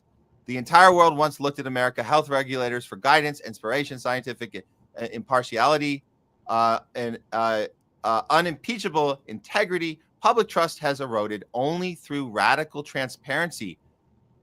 Radical transparency. Wow. I hope we get that. Okay. It's a nice word. I like it. And gold standard science, we will earn it back. Okay, Jay. So the firing of these horrible people, they're gone. Who's he bringing in here? He didn't tell us who he's bringing in. He just said, it's okay. Don't trust me. They're going to be better than the last batch. Are we to trust that the new hirees are going to be much better? Maybe we talk about breadcrumbs. We talk about little incremental change. We talk about, I like this one, baby steps. Is it going to be a baby step, or is it going to actually be, as Kennedy says, radical transparency? I mean, I think about the situation we saw play out with USAID. I think about how, yes, USAID did a bunch of bad stuff, and I think closing it down overall is probably, a good idea unless you're talking about massive reform. However, if you just take the money that was going to them and give it to Marco Rubio to distribute directly through the State Department, and he's using it just to advance American interests the same way, then have you really done away with the bad thing, or did you just rebrand the bad thing? So, it's definitely good, just like how ending USAID was good, but we won't really know until he appoints the new board members. And then we get to see how many of them have, say, conflicts of interest with, gene editing companies, or, like if that happens, or what's the other thing called? Hopefully not nanotechnology, like companies and all that. But like, if there's still connections to, the bio, tech, industry and all that, if the same industries are still represented, but they shifted maybe say from big pharma to biotech, then are we really moving in the right direction? So hopefully, what we'll see is people who are true to science, number one, and they're as unbiased as possible. But number two, hopefully people who aren't fully down the allopathic, street of medicine, and they're open to, new ideas. But specifically on, I guess, the vaccine, approval committee, I want to see people who respect personal choice and are against, mandates, in my opinion, and people who are truly dedicated. Like, I want to see relevant experience. Like, if your experience is testing things for toxicity, and I would like to see you in there. So finding that balance, I think will be interesting, because sometimes they are caught in a catch-22 where they want someone with experience, I guess, testing vaccine safety, but then wouldn't that mean a lot of those people actually work for vaccine companies before too? So I'm interested to see what he's going to do. He has a special moment in time right now where he has the ability to reshape, how our vaccination process works in this country. So I think honestly, we're looking at a make or break moment, like for Maha, because if Kennedy gets this wrong and he does not bring in unbiased, neutral people who are qualified for the position, then we could be in a situation where people just like lose confidence in the rest of the Maha movement. Just because, there's already been a lot of doubts, in my opinion, right now. When you look at how Trump started out the presidency, standing next to Larry Ellison, like talking about mRNA curing everything. Well, starting out with curing cancer, and then Trump saying, yeah, and we're going to invest in it. So I'm hopeful, like I said, me, Matt, I spent a lot of time, volunteering for RFK, like during the campaign. I was a big supporter of his, but, I'm willing to call a spade a spade. And if he doesn't get this right, and we get a bunch of biotech appointees, then I'm going to lose a lot of hope, in him. So this is a make or break moment right here. All right. Well, I wouldn't hold your breath just on this. I'm with you. Like, I want to see it work and come through him come through for us. I just happen to think that it's by design that it will fail. And the idea is that we get this little win to celebrate something when it's just a matter of just switching out the faces and just doing the same thing again. But we get to say, oh no, but he got rid of those horrible people, and he can put that in his greatest hits. He can add that to his greatest hits. That's already happened. So this is a win for him, as far as he can put that in the, what did Kennedy do when he was in power? This is on that list now. Just saying that it happened, even though nothing has helped us, nothing has changed other than, hey, I got rid of those people. And so that's why I'm saying to be skeptical on this, because that is the win enough for him, that then anything else that goes wrong, he can say, well, at least he did that. And so we got to be careful with that. Let's just on the positive side, let's look at what we hopefully won't see from these people anymore, because this is an actual voting session at ACIP from 2018, how they go about their meeting of deciding to approve a vaccine after they go through a couple little back and forth on all the information, and then they do their vote. Watch how a voting session, this is real, from 2018, how they pretend that they're evaluating and being an advisory board. Check this out. Comment on using this vaccine at the same time with other adjuvanted vaccines? We have no data to make a recommendation one way or the other. So just to sort of put this in context of other vaccines, whilst preclinical studies were not done using these vaccines simultaneously, our general approach to immunizations is that they can be given at the same time in different limbs. Dr. Hunter? Are multiple adjuvanted vaccines used in Europe or other markets? Dr. Ward, do you want to comment? Not to my knowledge. Okay, I think unless there's any further discussion, we will take a vote on this recommendation. I want to remind everyone to please check your voting machine thing, and I don't know what it is. Voting is open. Thank you very much.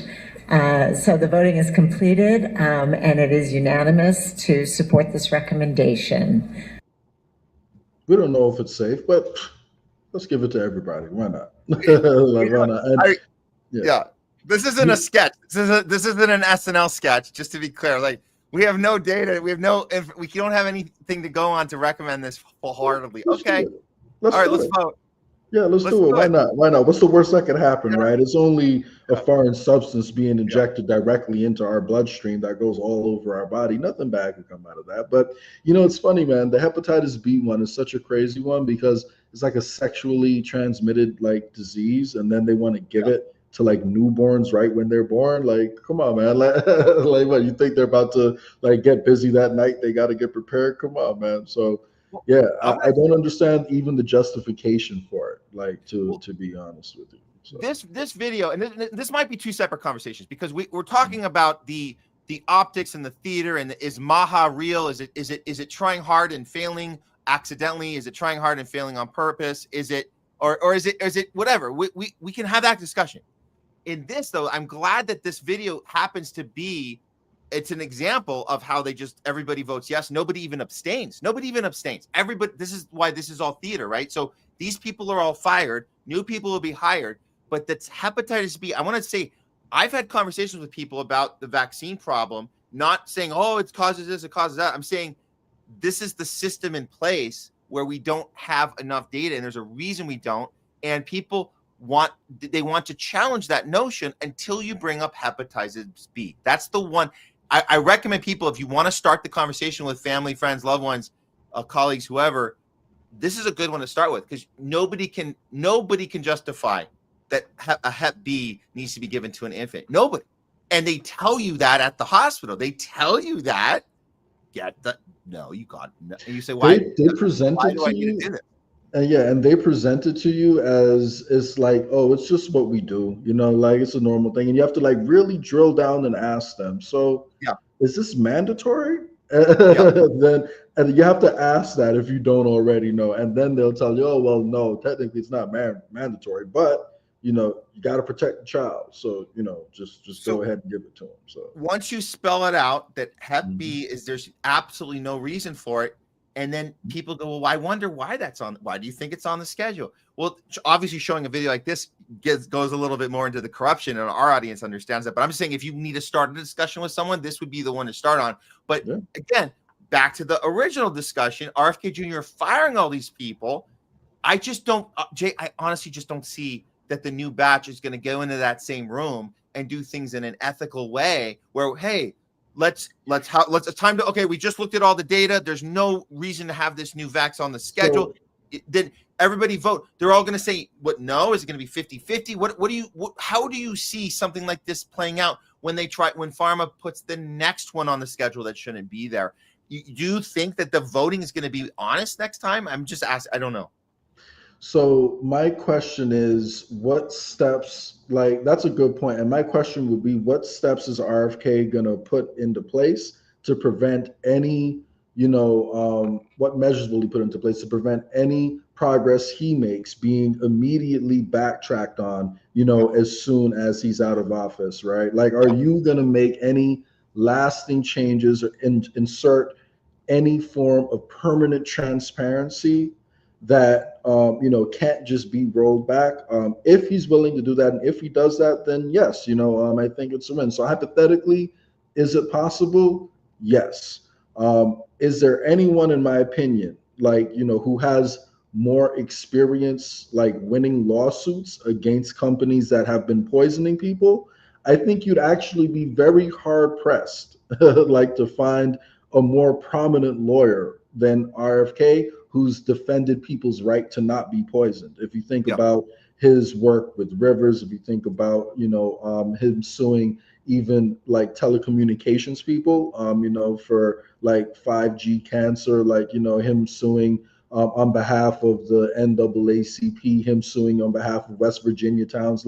He's done this his whole career. So he can do it.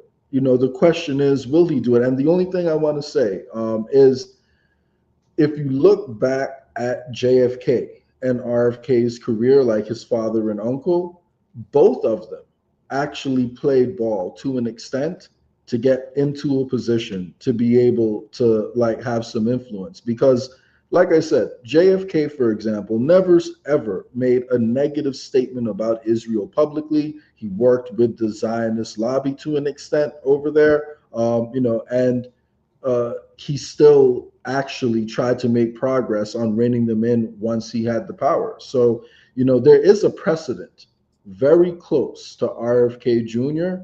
About people actually doing or attempting to play the 5D chess game.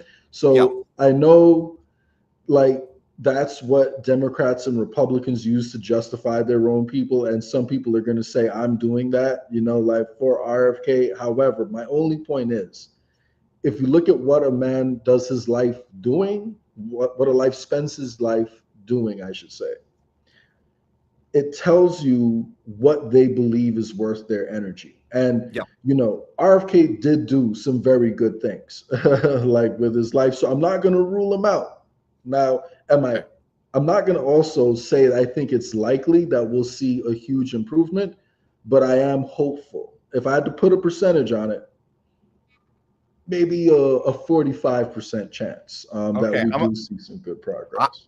We're gonna end this segment in a second, but I'm about to lower your 45 to 25, and here's how I'm gonna.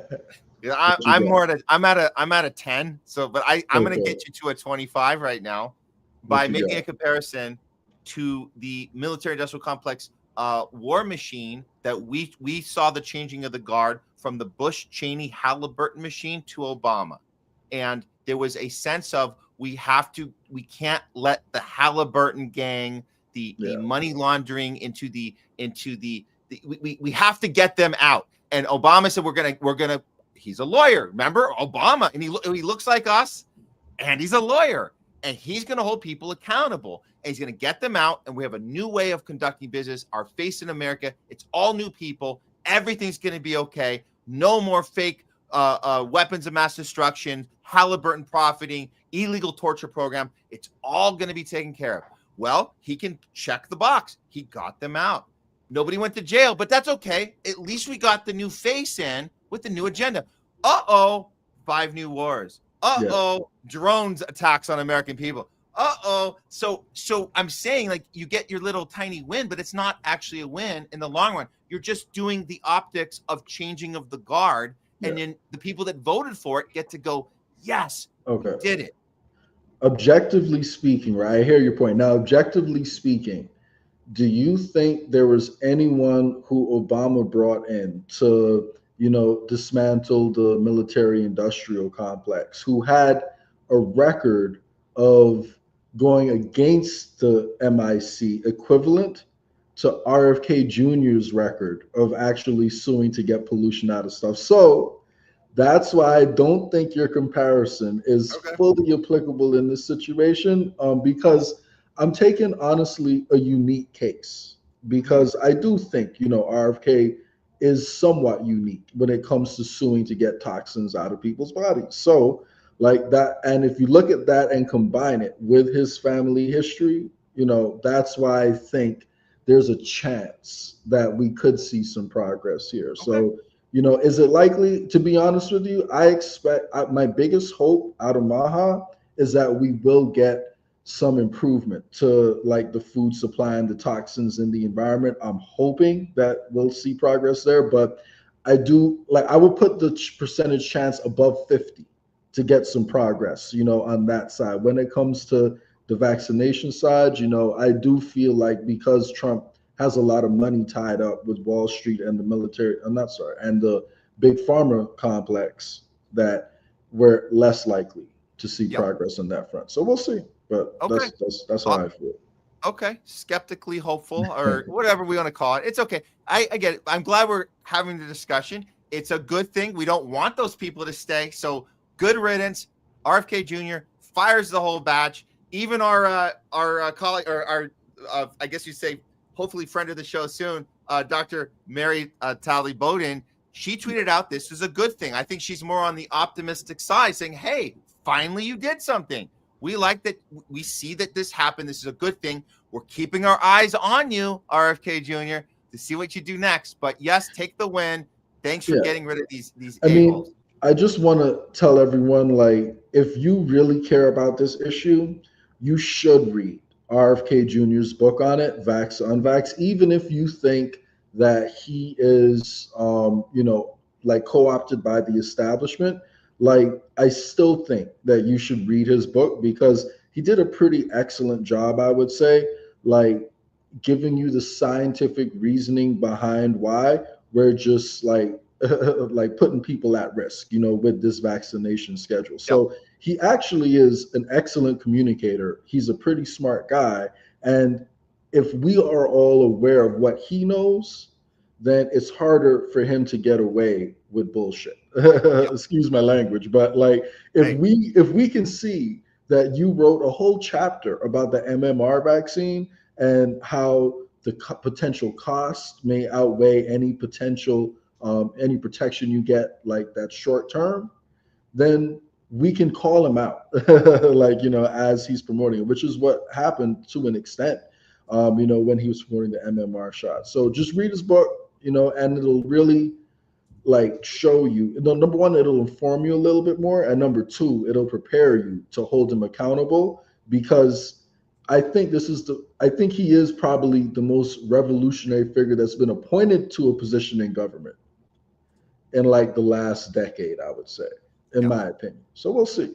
We'll see. All right. Jay, do we have any longer? You got to get going. I know we did. We do have one more story though. I think if we could do it. I think I really want to stay for this one. Let's make this one quick. Okay, we're gonna do this. Okay, because we haven't really touched on Israel today yet, and you guys know how important it is that we you know, call out their BS, IDF BS, Israel narrative BS, Mossad BS. We call this out every week. You guys know that, and you guys know that we know that it's make Israel great again, or great, keep Israel great, whatever the hell it is. It's not really make America great again. We all know that. The bait and switch, we've been living in real time. A lot of MAGA voters have regretted that vote just for that reason. Not that they would have voted for Kamala, but there is something about you're supporting the thing that was the exact opposite. So here we are. This is an interesting time we're living in, because it's the first time in our lifetimes that Israel didn't have full control of their narrative. Their narrative is failing. It's failing big time. They're not able to maneuver us any longer into this. We have our greatest ally in the Middle East, and it's the right thing to do. And if you have a problem with it, you just hate Jews. They can't do that anymore. And it's very, very obvious. And one of the places we see how obvious it is in the artistic communities, primarily the comedy scene. So let's take a look at how these Zionist comics, and if you guys didn't know a Zionist comic existed, they do exist. They're out there. They have a right to exist. Zionist comics have a right to exist. We know it's a hard job because it's really, really hard these days, if you're a Zionist comic, to make the audience laugh. Let's see one try to tell a joke at the expense of the genocided Palestinian people that are starving to death in real time as he's doing this bit. Good luck, man. We wish you luck. Take it away. I don't believe that Palestinian films should win any awards ever because they only know how to play one role, victim. You know, it's like my family is so starving. They only got 5 trucks of humanitarian aid. Please donate, link in the bio. No, okay, they know how to play one more thing. Fake dead baby. You want to see me win a Palestinian Oscar right now?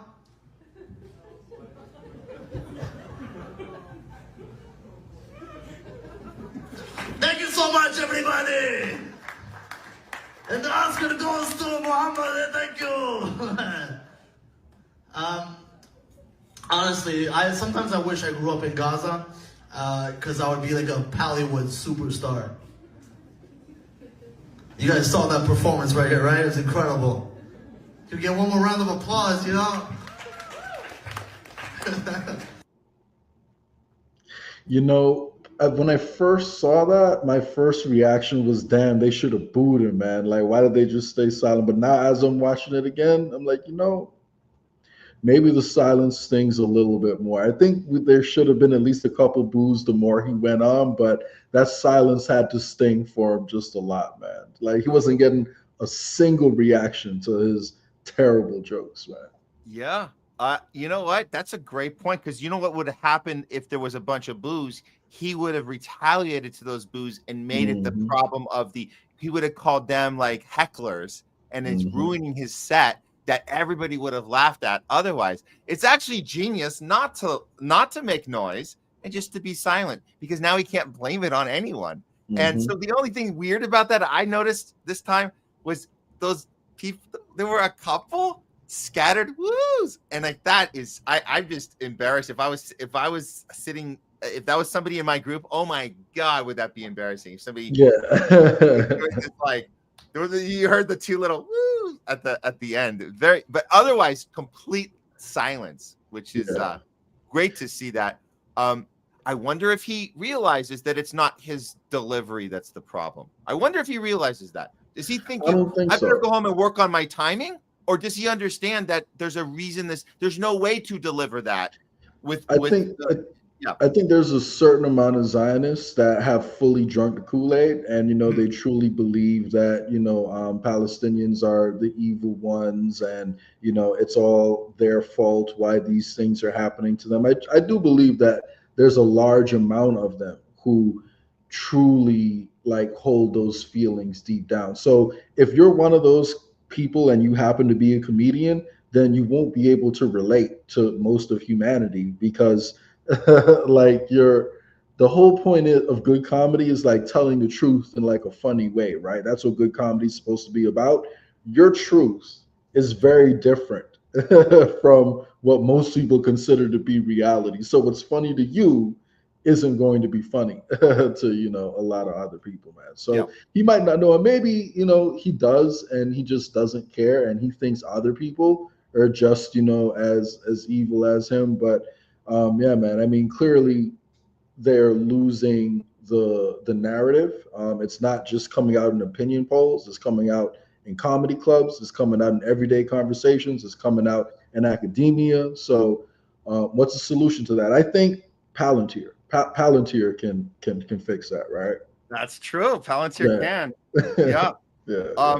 Also, I don't want anyone to do this. If you're getting good at the new AI technology, and you're going to create a prompt, please don't ask it to create a funny Zionist comedian bit, because that's kind of a conundrum when you think about it. It's not really, I don't know if it could pull it off. I mean, I guess it could if it's Zionists that developed the technology, which I guess that's another conversation. But what would that even look like? Like in an AI world, like, give me something funny. It's not funny.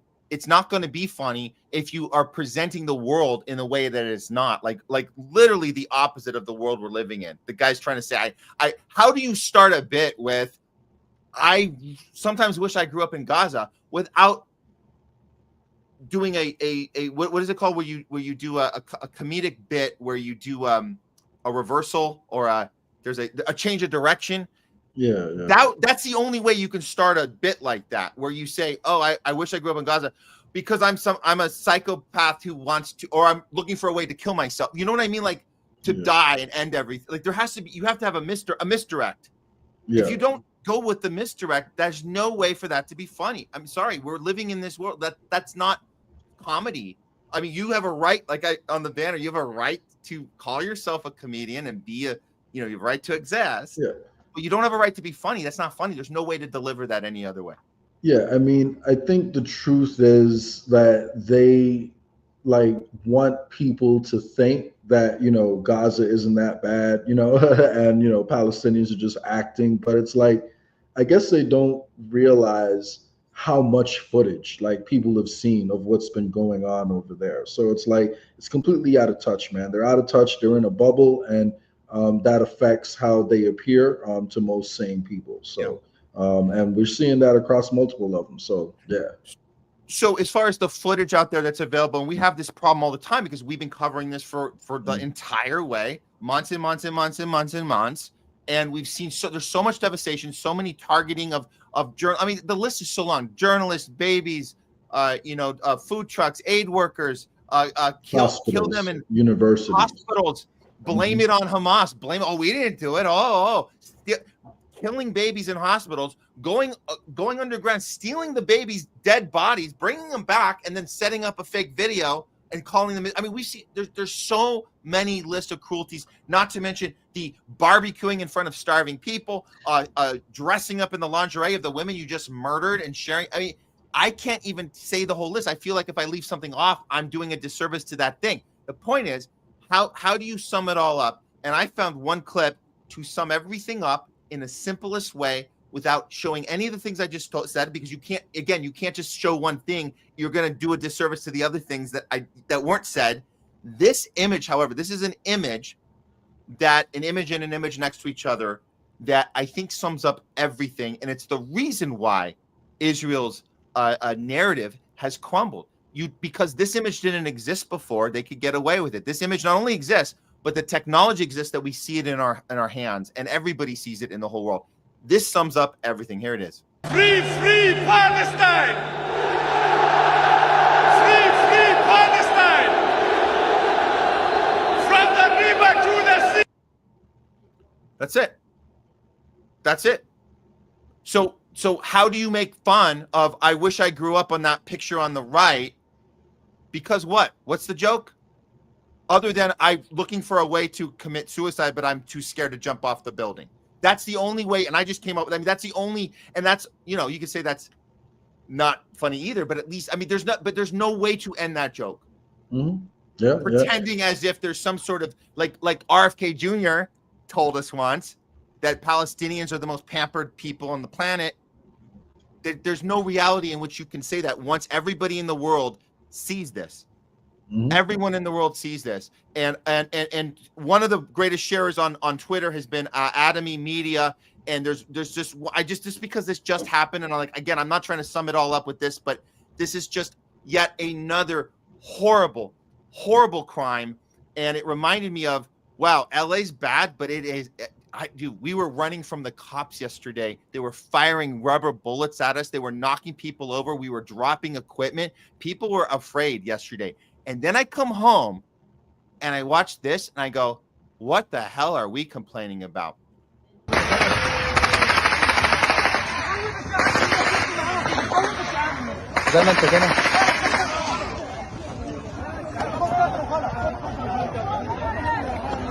اطلق نار على المدنيين. الله اكبر. ايش حالك اللي بس ولا نرجع حق ما يرجع. كل اللي بيصير فينا عشان الطحين. يا الله.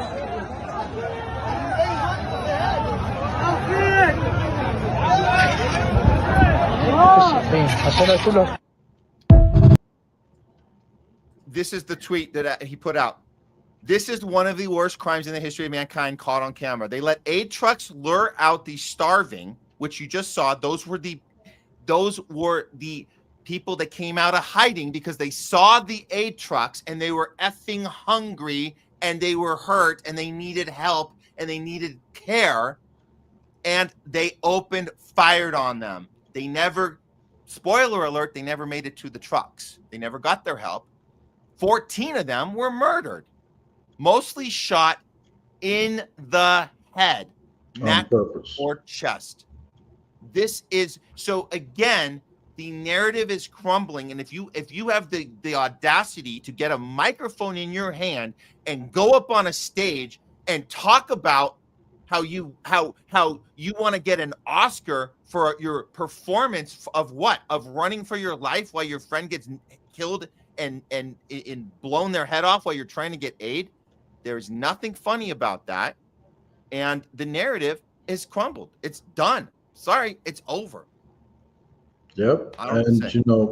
And like not just the amount of footage, but the amount of information that's out there now. I think that's also a big part of the reason why that narrative has shifted so much, because I wasn't aware of the Nakba, before October 7th. I'll be honest with you, like I always thought, Palestinians were being mistreated, but I wasn't aware of like all the history behind it. And now people know so much more about how we got to, the present state that we're at, that, like I just don't see how Israel is going to continue with the narrative. But to be honest with you, I don't know if there's like a big, switch or rug pull that's being planned, because even Piers Morgan, I don't know if you saw that, but even Piers Morgan is now coming out and is criticizing Israel. So I was watching a Simpsons episode the other day, and I don't know if you've seen this episode or not, but did you ever see the episode when Lisa was president?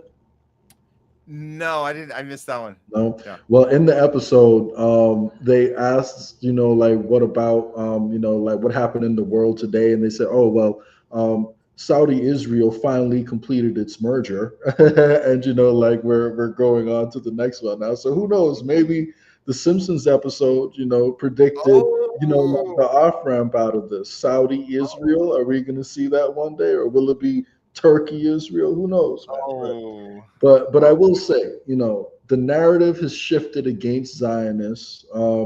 You're seeing a lot of mouthpieces of the establishment even being a little bit more willing to criticize them now. So is it possible, we see a shift in strategy? Who knows? But either way, Zionists have way too much control over our government right now. And at least people are starting to, recognize how evil the Israeli government is. So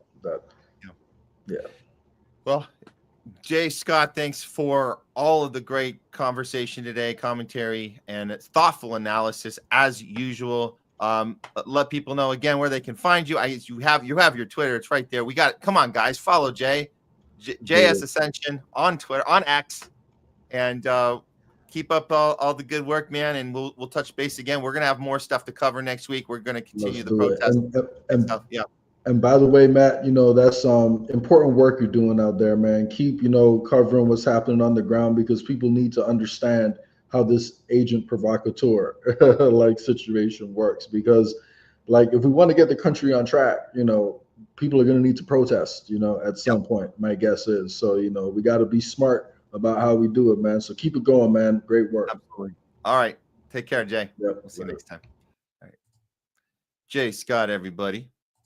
God, why can't I always mess that up? StreamYard has got a weird option there. Okay. Moving on. I was gonna take a little break, but you know what?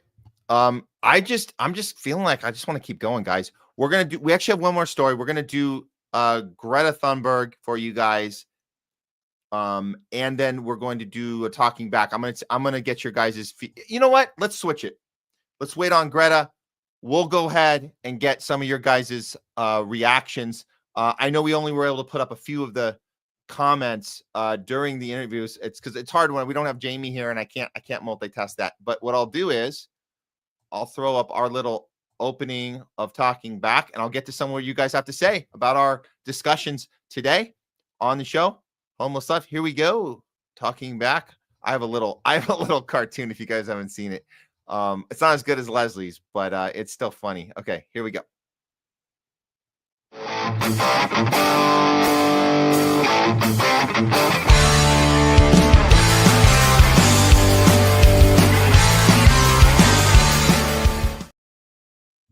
It's Talking Back with Matt today.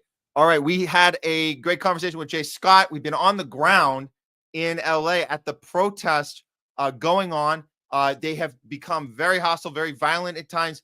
We've been talking about the how they've been infiltrated, how these provocateurs, how they behave, how they function, how the police functions, this theater between the Trump side, the Newsom side. We've been talking about Palantir and what Palantir, the ultimate plan of the surveillance state, and weaponizing our emotions against us on both sides. And the media is also guilty of escalating the tensions from the right to the left. And it's our job to call out BS on all of it. And you guys know that. And that's why you're here with us today. Let's hear some about what you guys have to say on Talking Back with Matt. Going to some of the earlier comments. Okay. Here we go. Okay. We got a comment about Greta before we put it on. I'm going to save that one. That's from Black Barn. I'm going to save that one until we get to the Greta Thunberg section. Let's see what we got here. Leslie was at the protest with us, and thanks for chiming in here, Leslie. Yes, she was with us. Hi, guys, be safe. I felt safe. I did not feel safe with the police presence, however. And yeah, that's the thing about it. And we discovered here that the police are obviously going to respond to violence. Anything you throw at them, they're firing back. But understand that if you're peaceful, they're also going to antagonize, because you can't have these protests without the escalation. You got to have escalation. If you don't have escalation, that shows that they were successful. That's how it works, guys. That's how it works. They have to be not successful so the media can report on the chaos that broke out. They have to be able to do that. And that, again, that keeps us in our camps, blah, blah, blah. So just know that. And that's why it is kind of scary with those police. And I'll say this, and I really am starting to understand more about being around the police and having a press badge. Before they get the cue to go, some of them are really cool. When they're in non-combat mode, they're kind of cool. Hey, what's up? Oh, coming through. Get from the car. Here's our press badge. We got to get over to this area. We have like this special area we can park. All good. As soon as they get the call, go into war mode. We're all targets, and reporters got hit. Our colleagues got hit in the back. People falling down, equipment breaking, people getting hurt. They don't care. They were in war mode. And I want to be absolutely clear about yesterday. They were the aggressors yesterday, not the previous days, but yesterday they started it. Okay. Which is very true. I'm telling you, because we were there. Okay. Let's see. Yeah, the looters. We didn't talk about the looters. All sentient beings. The infiltrators are the rioters. The looters, they're not with the people. That's true. And this is part of the divide. How do you get everybody organized? How do you do it? It's literally impossible. Everything's working against you if you're trying to have an honest protest. Everything's working against you. There's really no way to do it. There's really no way to do it. Or you're going to not even be, you're going to be so small, so unimpressionable, then you just get ignored. That's another way to beat you, is it just to be ignored. You didn't make too big of an impact at all, so no one cares. The media won't even report. So there's really no way to get through this thing. Okay, let's get to some of you guys here. Oh, cool. We had thank you, Peaceful Warrior. Independent reposted this stream. Thank you so much, Peaceful Warrior Independent. Love you, man. Very cool. Very cool. We had a volume is low. I hope that didn't last the whole time. Oh, that was probably, I remember that. Thank you, Zootzilla. There was a particular clip we had on too low, unfortunately, when we ran it off. So yeah, our bad. This is cool. Sander Klingon, the LA riots are a psyop to manufacture consent for Palantir and a social credit system. Sanders Klingon, you knew the show before we did the show. You knew that's where we were going. You know what we're doing. Very cool. Way to belt it out. Thank you for your support on the channel, and we're all doing the good work. So yeah, thanks for the support. That's awesome. Good call. Good call. Yeah. Evie Burke, hi all, and Fox. Wait, what is hi? HI all and Fox, F Fox. Oh, I see. And F Fox News. If you rely on these medias, you're the fool. And then she goes on, I want to go to that mic and scream fake news. Love it. Love it. All set and being. Shut up, Fox. Garbage. Totally garbage. Leslie, you're right. Fox, CNN, KTLA. And by the way, shout out to Leslie for sending me the KTLA clip of them saying, why are the protesters putting on face shields? That's weird. Why? Because the cops are firing bullets, rubber bullets, and smoke bombs and tear gas. They're firing all that stuff. So that's weird. Why would they put that on? I'm so confused. I'm so nervous. Why would the protesters need protection? Very strange. Thank you for that, Leslie. Let's see what else. Of course, Free Palestine. Of course. And as far as the SEIU leader has a felony charge right now. That doesn't mean it can't be dropped later. All he did was pay the bail. That's all he did. It was $50,000. I'm assuming raised or paid for by SEIU. They actually have a fund. The SEIU has a fund for bail money, as they should. So that's all we know. He got out, but we don't know what's going on with the felony of obstruction. And he's the one, by the way, he's the one that got injured. He's the one who got injured as he was being arrested. That was part of the initial protest yesterday, which was very peaceful until the cops made it not peaceful. I'm telling you guys, we were there the whole time. It was very peaceful. People were yelling and screaming, but they weren't being violent. They were yelling and screaming at the National Guard, which was set up right in front of the federal building. That's what happened. National Guard, they were just standing there, and the people protesting were yelling at them. That's how protesting works. You're allowed to stand in the street across from a federal building. You're not allowed to go into the building, which we know. You're not allowed to go protest inside a federal building, but you can protest outside. Perfectly legal to yell and scream. You can do that. You can't threaten violence in the sense like I'm going to shoot you right now. You can't do that, but you can yell and scream. That's your right. That's what people were doing yesterday. They were yelling and screaming, standing there in a space that was public in front of a private building, not trying to go into the building. And I'm not suggesting that that was a whole, we've covered January 6th. We know that was a psyop and they were tricked into the building and it was this let's take some selfies moment. But the way they conduct psyops on us are different depending on who you are. It's not a one size fits all psyop. It's not how it works. Psyops are about targeting the individual group or person and personalizing the attack on them, just as algorithms do in our social media feeds. That's what algorithms do. They target you personally for the thing you want to see based on what they heard you just say. You guys know how that works. You say something to somebody, you have a conversation, pick up your phone. Wait a minute. Why did this thing come up about Target? Oh my God, did I just mention Target in my last conversation? And now I got a thing to go to Target for what the hell? How did it know? So there are targeting techniques to personalize, to get you excited by the thing that'll excite you. If it's not Ray Epps at the January 6th telling people we're going to peacefully go into the building. We're going to go into the building, peacefully go into the building. These are techniques that he knows would work on that particular crowd. On the crowd out at the riot or the protests here in LA, what will work is going up in the garb and going into the cop and taunting and making it look like, oh, we can do that. We can go up to them and wave capes that are communist flags and stuff. So that's the way you entice a crowd to go, oh, that looks right. Let's do that. And then you go up and you do the same thing. And then the police knock you over and then people see that. And then they start throwing. So it's called escalation. Escalation. It works on both sides, on all sides. They can escalate. They figure out ways to escalate and trick you into doing something you wouldn't have done. Like you would have, Like people on January 6th would have gone into you wouldn't have gone into the Capitol. You didn't go there to go into the Capitol. You went there to protest. I know this. I know this because I know journalists that went there to cover it.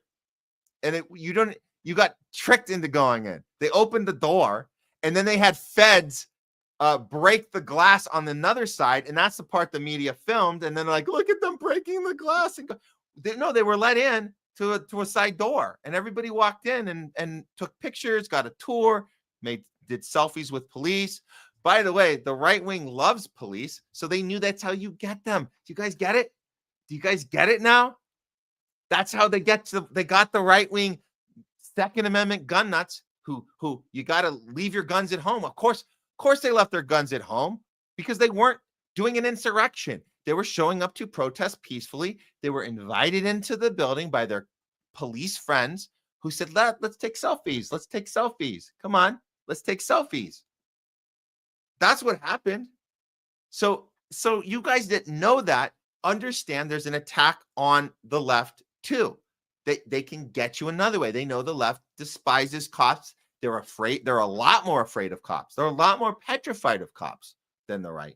So you find another way to get their emotions going and get them to do something, the equivalent of going into the Capitol. They get you to do something that you weren't going to do. When you woke up that morning, you weren't going to do that thing. You were going to do something else. And then you ended up doing this. That's how they get you. That's how they get you.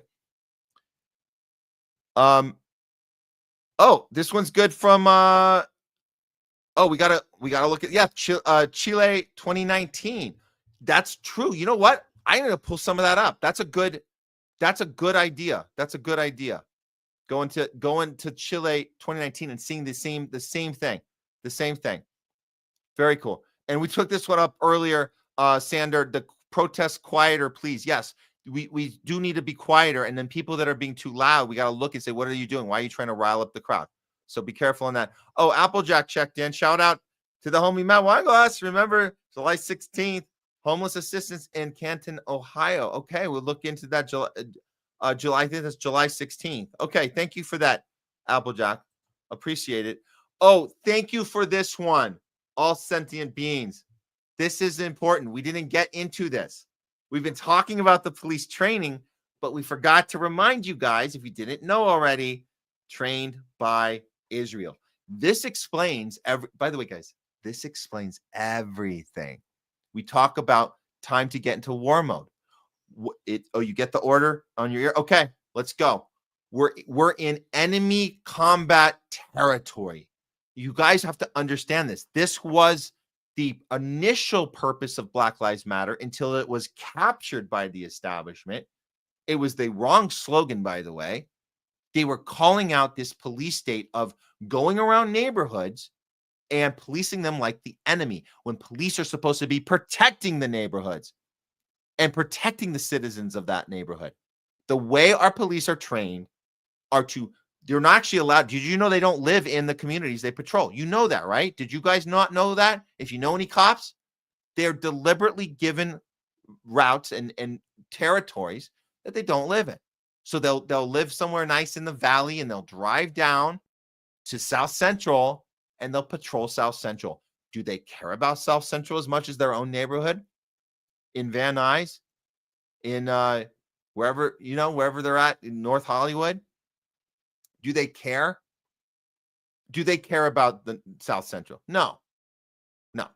So when it's time to get into combat mode, everyone is the enemy. And that's why people that can't afford representation, they get shitty deals. That's the prison industrial complex. So we know this is what Black Lives Matter was supposed to be about. But instead they made it turned into a race war when it really should be a class war, power war. And the prison industrial complex taking it on behalf of anyone who can't afford an attorney. If you can't afford an attorney, you're screwed. You have evidence planted. You can't afford a representation. You get a public defender that tells you to take the deal. What's the deal? 1 felony instead of 3. What's the deal? 5 years instead of life. So you're pleading guilty to a case to a crime you didn't commit. So why would you do that?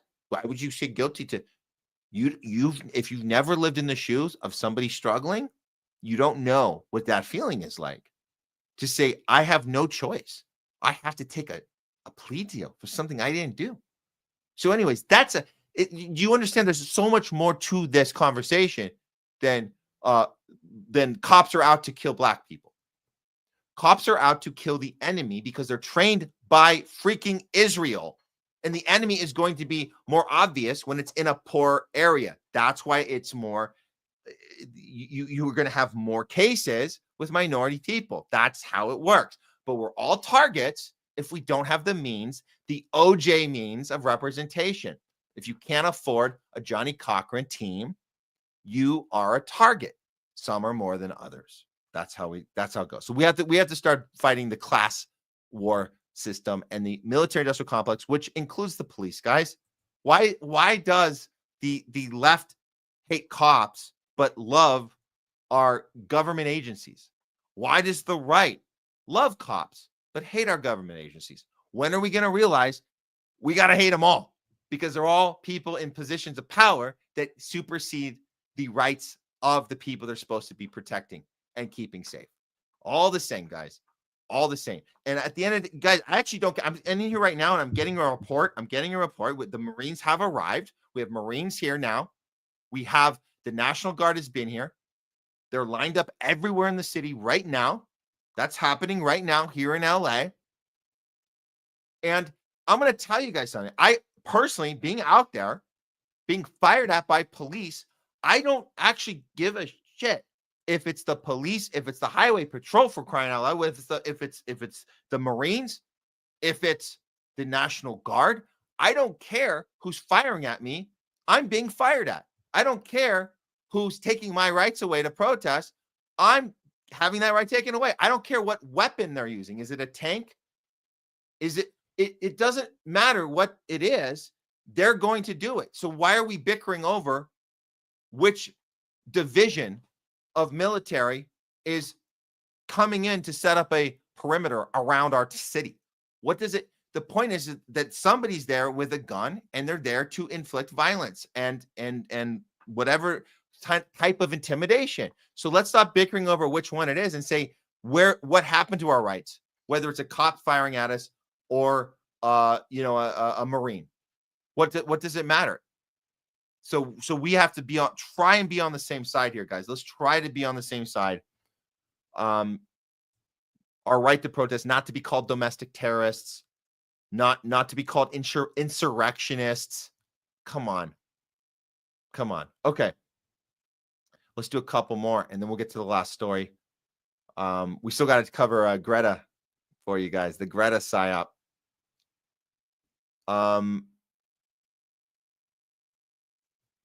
Let's see what else we got. Oh, we got a bunch here. One more from Zootzilla. What we need to do is stop bombing other countries and let them rule their way. You won't have millions of refugees. That's a great point. So all the travel bans and border problems and blaming this, blaming Biden, blaming Trump. We love to blame Biden for open borders. We love to blame Trump for travel bans and raids, ICE raids. But we never talk about the root of the problem. We never talk about the creating of refugees, the created border problem, the created people want to come here because we destroyed their effing country, either with a bomb, a physical bomb, or a financial bomb, an economic bomb, physical bomb or economic bomb. We've destroyed your country. And now you need a place to go.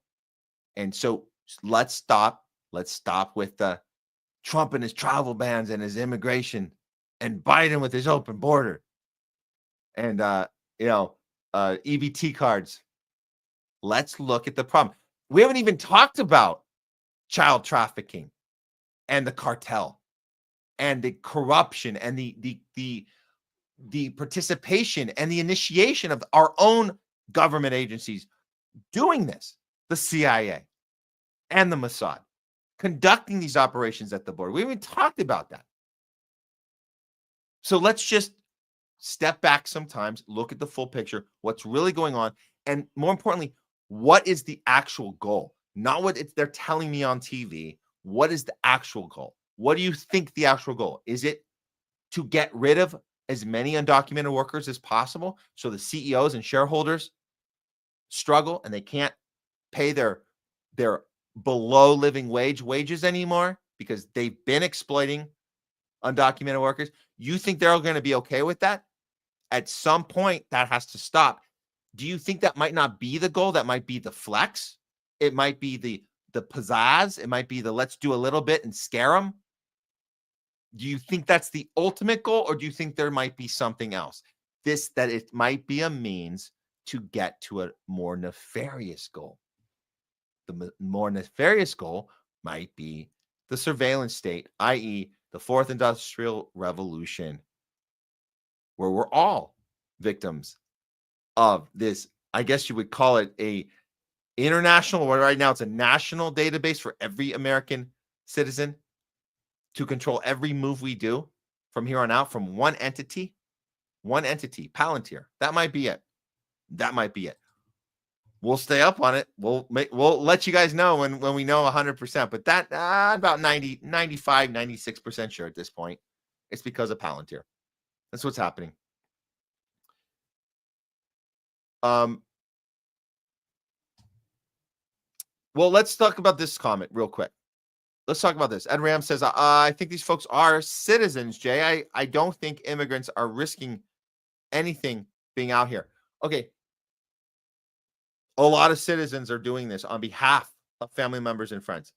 And that's true, Ed. There are a lot of citizens. But immigrants are showing up too. They're doing it in a more careful way. They're doing it with their heads covered. We know they're more in groups. These are not, I'm not talking about the provocateurs that are by themselves and they come out of nowhere and they disappear. They are, we have seen groups that we feel that come together that are, there's a certain about you can see culturally, you can see they're bringing the pride of their country. They're bringing their flags. They're staying a little more low key, but they're there. But you're right. There's a lot of citizens here on behalf of them. That's the point, because they're affected. Their family members, friends, they have somebody in their life that's affected by this, and that's why they're showing up on their behalf. So you are definitely right about that, Ed.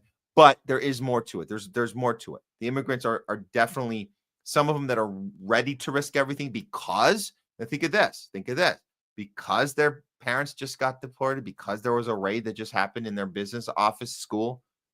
They're literally doing raids inside of elementary schools right here in LA. That's happening. So on behalf of them, you might be willing to risk it all for a cause. So that could also be a thing. So let's be open to all the different possibilities. But one thing we can all agree on is they're not coordinated. That's the problem. There's nothing coordinated about any of these efforts. It's all these different groups doing their own thing.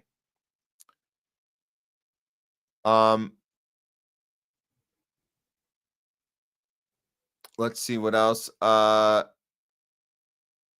look at this. We got to look into this. Thanks, L'Oreella. Ex-Google CEO Eric Schmidt making drones in Estonia. We need to look into that. Thanks for the heads up. L'Oreella. Appreciate it. We'll do a few more.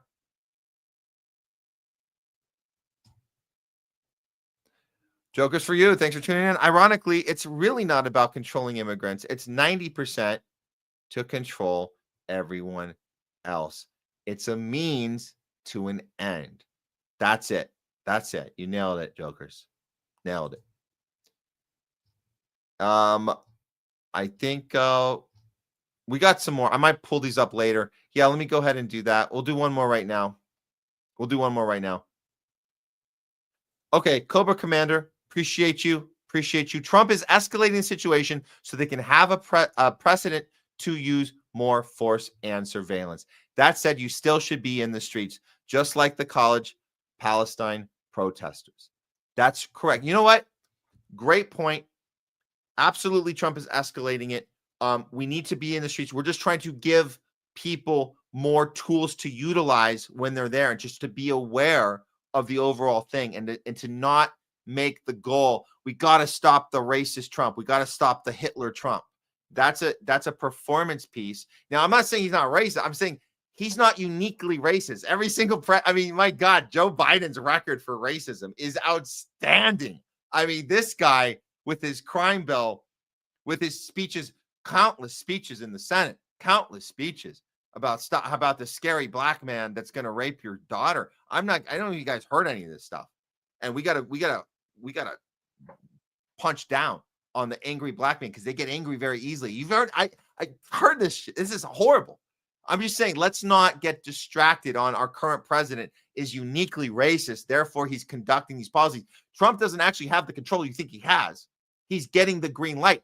Now you can do your ICE raids. Do you see someone else is allowing him? He's not saying, I felt uniquely racist this morning more than usual.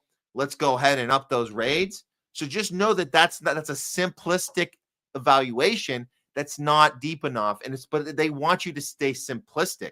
They want you to think. We heard somebody, we didn't mention Ukraine war today, but it's the same Ukraine, this one-dimensional take that Putin is just uniquely just power hungry and wants to take over Europe. And he just woke up one day on a February morning of 2022, and he just said, I feel like taking over Europe and then the rest of the world. Let me go just annihilate Ukraine. The West is going to stop me. So like that is one-dimensional. Let's look at what it's leading towards and then understand that Trump gets a green light to do what he does. He gets to run his mouth. He gets to tell jokes. He gets to do crazy tweets sometimes. But look at the policy itself. The policy itself is approved. It's greenlit, not by him. I think the only thing it seems that he gets to do is run his mouth sometimes. And that's just performance art. That's not policy. Running your mouth is not policy. It's just words. It's feelings. Makes people angry. Oh, I can't believe he said. Look at the policy. Look at the laws. Look at the deal with Palantir. Look at the deal with Palantir.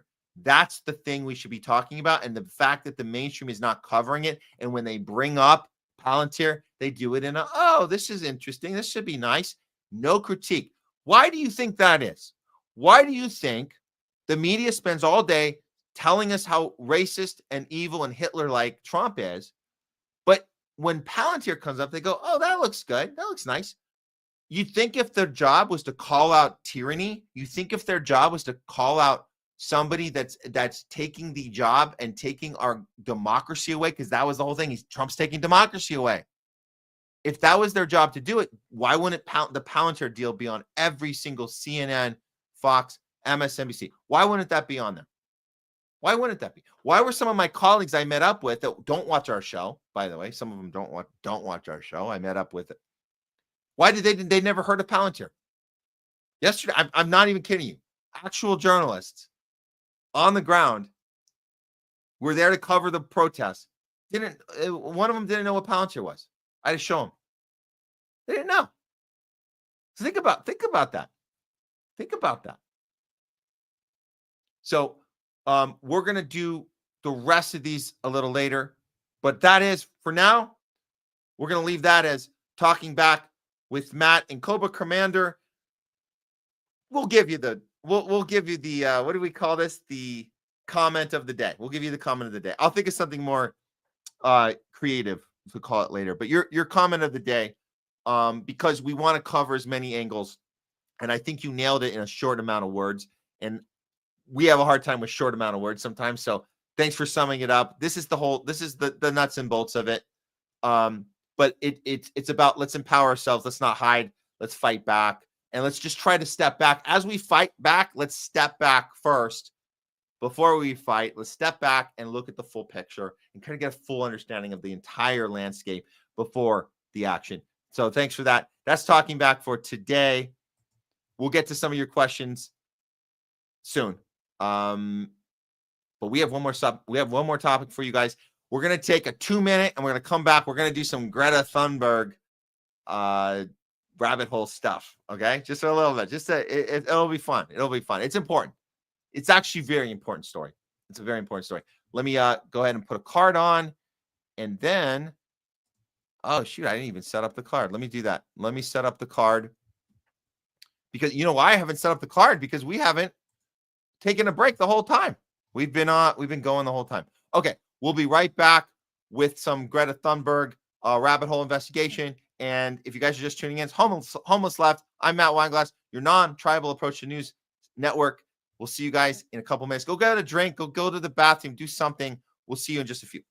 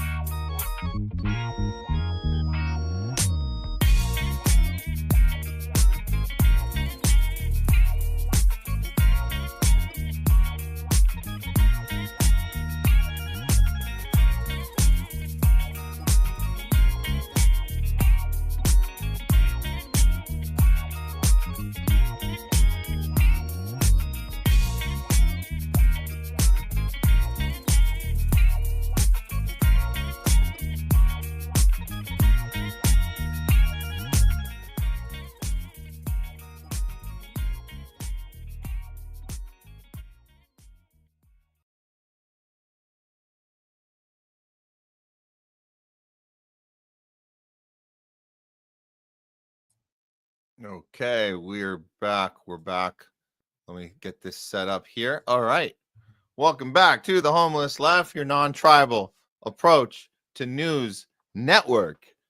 I'm Matt Weinglass. If you guys missed any of the show, you can always go back and watch our live replays on Rumble. They're all up there, all 112. I guess our 112th episode. They're all there. If you don't have that much time to kill, because it's like 3 to 5 hours of show. If you guys have been watching the show, you know, sometimes we go 5 hours. We're not going 5 hours today, but segments are also good. Segments are good. We put the segments up on Rumble. We put them up on our YouTube channel as well. You guys know that been watching our show know that we have a brand new YouTube channel. We just started this year. We've only been doing it for 5 months, and it's gotten some traction. It's moving, and we just qualified for monetization. We couldn't be more happy. However, we are skeptical because we really shouldn't even exist on there. They already canceled our first channel. They terminated it. It doesn't exist. You can't find the Homeless Left on Rumble. You can't find it. Although we are on there right now. You know why? Because we call it our fake name, which is THL Presents. If you guys haven't done so yet, go over there and just, subscribe to it. We called it our burner channel because we didn't think we would have to stay low key. It's just there for people who don't want to do Rumble. It's just there, whatever. But we got to a point where it's kind of legit now. And so you guys, just a few more, we're almost at 3,000 people on there for us. And we've had a couple of videos go viral. One of them went to 89,000, I guess, watched our Gal Gadot coverage of the London protest. It was called Gal Interrupted. Maybe that was the catchy line in the thumbnail that got people's attention for whatever reason. The point is, they haven't shut this one down yet. We're trying to be careful, but let's hope that we can keep it going. So that's on YouTube. But of course, our Rumble has been up the whole time. We've been doing the show for 2 years. We're on Twitter X. I'm Matt Weinglass on Twitter X as well. But a Rumble, Homeless Left on Rumble, that's been our main place of existence. We have not had the plug pulled, thank God. They might be doing some shadow banning on us, but they're not pulling the plug on our microphone, which is a very good thing. So we have to at least give a shout out to Rumble for allowing us to exist on their platform, even though they are surveillancing us, keeping all our data, and they're going to eventually use all the stuff we say against us in one way or another, if they haven't already. But at least you guys can watch our old stuff and watch our segments and share segments out. If there's a certain topic we're covering, you think that somebody you know might be interested in, there might be one conversation away from being black pilled or red pill, whatever pill you want to call it, but are ready to have a conversation with you, share a segment with them. Maybe it's one that might get their attention. Just something that go, oh, I didn't know about that. Get them thinking. Once you get them thinking, sometimes you can't stop people from thinking once you get them to start. It's like you open up that Pandora's box of the think part of our brain, and it goes from there. And that's what the red pill, black pill, whatever you call it, that's where that comes from. Okay, let's go ahead and do the final story of today. We'll throw it up here right now. Here we go. Unfortunately, I hate to be the bearer of bad news to anybody who was on my optimistic side last week when we had Craig Pasta on the show. We were doing our top censored news of the week, which we do on Thursdays. And Greta Thunberg going to Gaza with aid was the number one story that we felt was not being reported on accurately. Not saying that we knew for sure that it was going to do anything good, but we did know that it was something seemingly heroic that was getting misrepresented by outlets on the right and was worth the number one story of the week, top censored news. Craig Pasta, however, pushed back and said, no. The whole thing's one big psyop. And we had a little friendly debate about it, friendly discussion. You guys can go back and check that top censored news of the week from last week's show. Well, I hate to say it, but Pasta was right. Greta Thunberg's IDF capture, in quotations, proves it was one big psyop. I know. I can hear him right now. I told you so. Well, let's walk it through. So, starting with this was the original news announced last week, and it's interesting that Jewish Voice for Peace was showing this and displaying this and telling us that there were 12 activists, including Greta, that were headed to Gaza to bring much needed aid. That we know that the IDF, our government, Israel government, are starving to death 2.3 million people. So we thought that was a good thing. Knowing that Greta's history is really captured with the environmental movement, we know that she was used and exploited as a child. We know these things. We also know that the sentiment had changed as far as the media and how they report on her. When we look at the way the daily, what is this? The Daily Times? They're telling us that she's got narcissism. It's terrifying. This is self-serving stunt. Her riding on the boat, tweeting it out or whatever, putting in that picture with her with the Palestinian flag, saying it's all a stunt. And I'm thinking, that's interesting because they never did this to her before. As far as this this is so these outlets. Let's look at this. So this is, if you guys didn't see, so this is before, this is like the Wayback Machine. So before she started criticizing Israel, she was embraced by the establishment media, right?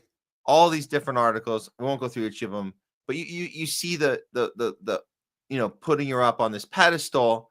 But after Israel, now she's not a kid anymore. She's like 27 years old. They're calling it a tragedy. Being with Gaza is horrible. She's anti-Semite of the week, according to the New York Post. So I don't know. I just felt like something changed. And then, of course, we had the Lindsey Graham tweet. Hope her friends can swim. I mean, her and her friends can swim. I mean, that is just awful. You talk about all the people that Israel has murdered and the aid workers, and the fact that this boat, like, I'm not saying it didn't go. I'm not saying this is a theater in the sense that she didn't make the trip. She certainly made the trip. She certainly was detected by drones. She certainly was in a position where there were these other activists with her. That it was a terrifying situation. Look, I'm not saying that it was a safe thing and everything was checks out. I'm saying that it is scary to do something like this, but at the end of the day, she was used her whole package deal of being the face of the operation of the rescue team because it's less likely, and this was I think this makes sense, that if it was legit, if it wasn't a psyop, if you were a noble group of people that wasn't Greta Thunberg, if you were independently noble and independently were strategizing about how do we actually get aid to the people in Gaza, how do we do that if every aid group has been murdered, or they drop the aid off and the aid is destroyed, or worse, the Palestinians pick up the food and then they're killed as they're picking up the food. If that happens every time and these people are still starving, how would we go about getting the aid to them and they actually have the aid and have the food? You would recruit somebody like a Greta Thunberg. So that was an idea that made sense to me, that if it were real, that's what it would look like. But Craig also made the point that if it were fake, this is also what it would look like. So both were true at the same time. This looked like it could be real and fake at the same time. Because real, it would have been you. That's exactly what you would do. Recruit somebody to say this will protect us as we're actually getting aid. So we were kind of got to let's wait and see what happens. Then all the LA protests, raids, ICE raids, all that took our attention. We kind of missed, well, what happened? And we were looking at it. And she did that interview. You guys saw the interview with Amy Goodman on the way. She was saying, we're doing this. We're standing by it. I don't care what Lindsey Graham says on Twitter. I don't give a crap if he's suggesting we should all be murdered, or they're going to blow up the ship and we'll be stranded in the water. We're going to drown to death. I'm focused on one thing, getting aid to Gaza. Okay. So what happened next? This happened next. I guess we're going to call it Sandwichgate. Here's the shot that they didn't really want to show you on Fox, but I'm going to show you the Fox shot. But this is the distribution of food to the ship when it was captured by Israel. Here we go.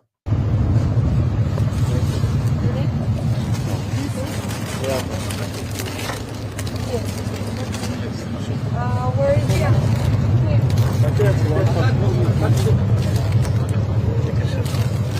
Water?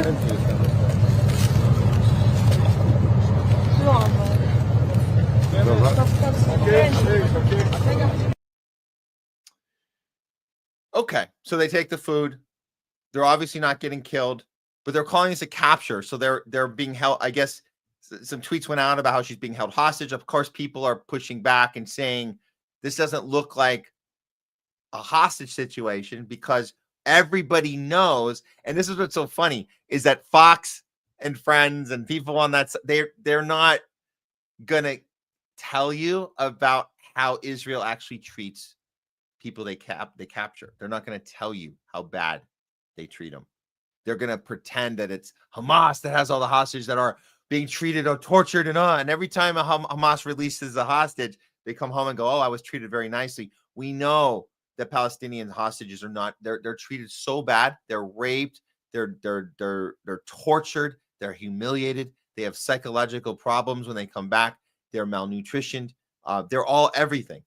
And so they're not going to tell you that, but they'll tell you that this looks fake, which we think it is, but not for the reason. They're not going to tell you why. Like, we think it's fake because that if they're going to capture them, you're not going to film it like this, and you're not going to be passing out food. So there's an element. It's pretty effing obvious that the IDF wanted to use this as an opportunity to show that they like to give out food to people, and everybody falls for that. And it's not really the case. And like, look, this is, and again, Fox is not going to tell you that IDF is being maliciously deceptive. They're trying to misrepresent how they treat people, and this is a PR stunt. They're not going to tell you that. They're going to blame it all on Greta, who now I think Greta is still being used, still being told what to do, still controlled, probably by some the cabal or whatever we call it. Because every bit of this, and again, this is the raw footage, and it still doesn't look that good as far as it doesn't look that authentic because the cameras are on and it looks like it's a staged event by the IDF, by Western media. And this is supposed to be, that's what it really looked like. But then they're sharing this picture. You guys see the picture?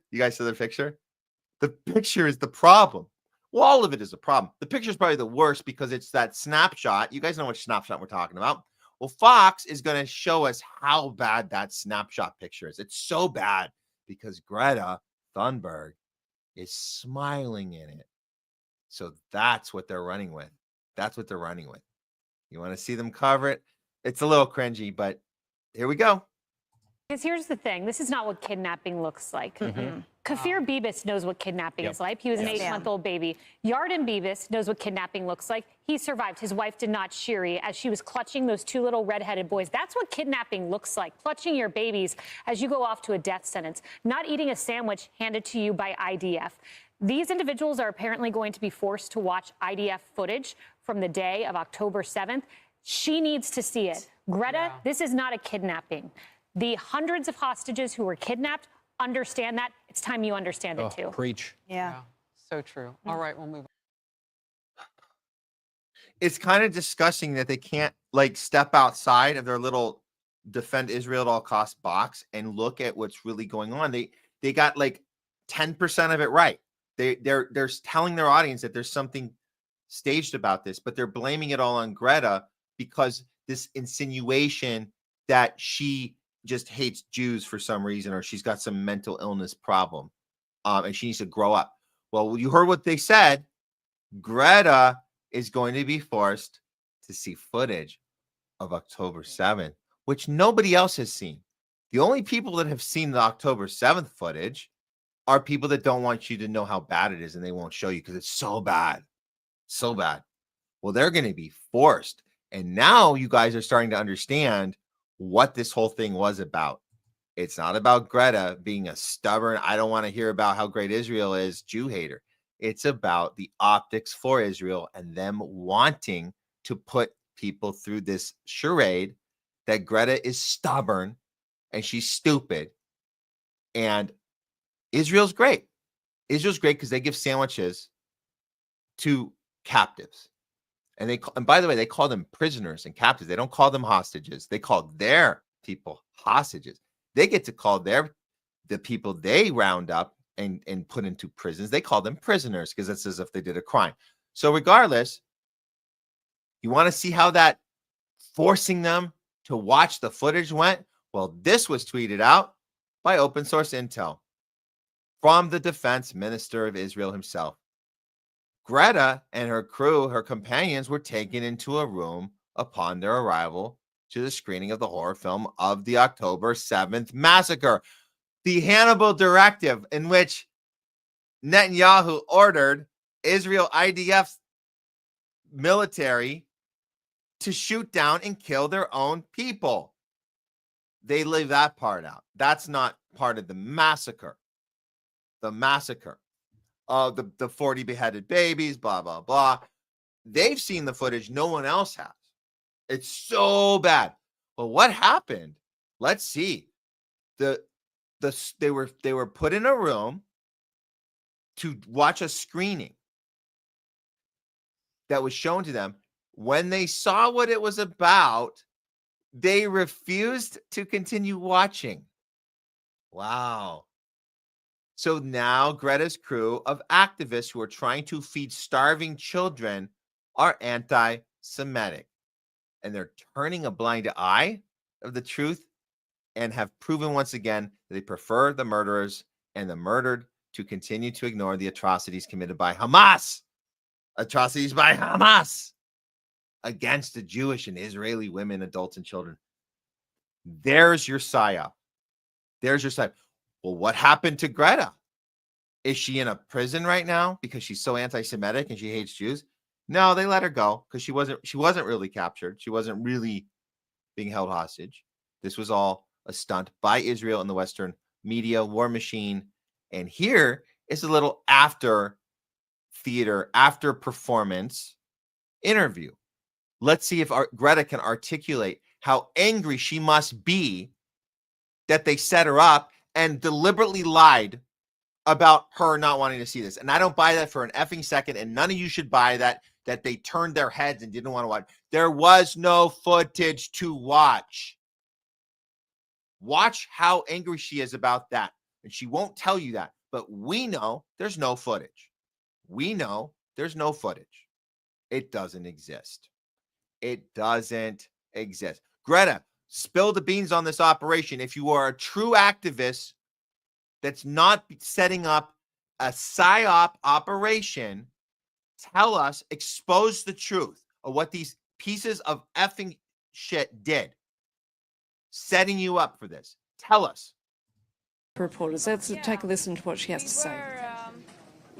On international waters, we were illegally attacked and kidnapped by Israel. And okay, so know what she's doing right here. She knows that by saying illegally attacked and kidnapped, and she knows you've seen the sandwich footage, it's going to make people more divisive. That's not the story she needs to be telling right now. She needs to be telling about the propaganda machine, how they deliberately baited and switched the whole thing and gave them the sandwich. Like, she needs to do that, not go the other direction and give Fox News more material to work with. But she's doing the thing that keeps us divided. Do you see how this works? It's a psychological manipulation. And I hate to say Craig Pasta was right. He was right. This is not how you behave if you are independently doing this and they set you up with the sandwiches and they set you up to say they don't want to see the footage. She's not telling us it because she is a tool, a weapon being used against us. I don't think she is the culprit of this. Fox News wants you to think that she's independently stupid, brainwashed, hates Jews. Fox News wants you to think that. She knows that they want us to think that, and she's not correcting it. She's not exposing the fraud of Israel, the IDF, and we don't have October 7th footage to show you after all because it doesn't exist. She's not telling us that part. taken against our will to Israel, where we were detained, and then some of us deported, some are still there. There are very big uncertainties because it was quite chaotic and uncertain, so I don't really know what's going on. I haven't had a phone for many days. I haven't had a phone for many days. I haven't been able to talk with my management team. They haven't given me the next move. They haven't given me my next move. So this is all I have to work with right now. So I'm just waiting. They told me just to say, you know, things are chaotic. I don't really know. Yeah, but drive home that verbiage again, that whole thing about how horrible it was to be kidnapped by the IDF, which if you guys really think about it, those of you who have been in the streets for Palestine that understand how horrible the worst imaginable situation can be. And when you actually are captured by the IDF, it's so bad for them. And you've seen what happens to these hostages that get out of there. They're traumatized a lot more than this looks like here. And I wish Greta would, if she was she could tell us that this actually wasn't a capture. I could only imagine what it looks like when there aren't cameras on and there isn't this PR stunt that they fucking used us for. They used us for a PR stunt. That's what she should be saying right here. If I was right, which I'm admitting Craig was right, I was wrong. If I was right, Greta would be telling us right now that the whole thing is a PR piece and they use us. We're trying to get aid into Gaza, and Israel used us to exploit us and do propaganda. But she's going with the propaganda. She said, "Oh, we were kidnapped. We were held against our will. We were in AOC handcuffs." You guys remember that? AOC handcuffs. We were in AOC handcuffs. That's actually very disrespectful to the actual hostages, the actual people that get murdered and blown limbs off of and kids murdered, and they're actually taken as hostages. They're not given sandwiches. So sorry you had to smile on that. I bet you regret that. By the way, the reporter's going to ask about the smiling, and she'll brush it off. I actually don't think she meant to smile. I think that was an accident. I think she effed up on that one. That was a little, because it's really hard to buy. It's really hard to buy the kidnapping thing. She really shouldn't have smiled. I think she's embarrassed about the smiling. That was not in the contract. That was not in the Psyop agreement. What were the conditions for you over the last few hours? They were absolutely nothing compared to what people are going through in Palestine, especially Gaza right now. And here you go. Here's how you keep the divide. Here's how you keep the divide. We care about Palestine. We care about people in Gaza. She strikes a chord. She keeps us thinking. How could they do this? How could they be angry at this team of activists and Greta when the people that they're going through? So she's saying all the right things to keep us in our sides. Keep us in our sides. This is yet another international a violation of international rights, adding to the list of countless of such, especially towards Palestinians, that Israel are committing by blocking and preventing humanitarian aid from entering Gaza. That is illegal. How did the Israelis treat you? We saw them giving out sandwiches on their social media. How did they? Yeah, they probably have posted lots of PR stunt videos. As I said, I have not seen anything. Okay, so she admits the sandwich photos are PR stunt, but she won't connect the dots about, well, how are you saying that this was a dangerous situation for you after all, if you have been released and you're just going home? That's it. You don't know where, I don't know where everyone else is. They're all coming home. You were probably the first one they let go, and they're going to let the other ones go momentarily. So, the sandwich stunt, they're just exploiting it, but it was a really hard situation. Well, what about this footage? Why don't you tell us about the Hannibal Directive? Why don't you know this stuff? You wouldn't be, come on, Greta, you know about, you're 27 years, I think 27 years old now. I was talking to a young, we had mid-20s people that knew about Hannibal Directive we were talking to at the protest yesterday. They're younger than you. They know about Hannibal Directive. They know. Why don't you mention that here? Since you know they're running a piece on that, you turned your head and you didn't want to see that footage. But they did an illegal act by kidnapping us on international waters and against our will, bringing us to Israel, keeping us in the bottom of the boat, not letting us getting out and so on. But that is not the real story here. The real story is that there is a genocide going on in Gaza and a systematic starvation following the siege and blockade now, which is leading to food, medicine, water that are desperately needed to get into Gaza is prevented from doing so. But of course there are many attempts like this mission, both by sea and land, to break that siege and open up a humanitarian corridor.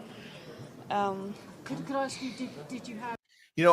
I would even go further and say, God, I feel so, if I was right, and if Craig were wrong, if I were right, this is what I'd want Greta to do right now. If this was a real team of activists that said the only way we can get aid to the people that are starving to death without getting blown up, without the aid getting blown up, without the people getting blown up when they go and get the aid, the only way to do that is to bring a Greta Thunberg person with us that had that clout.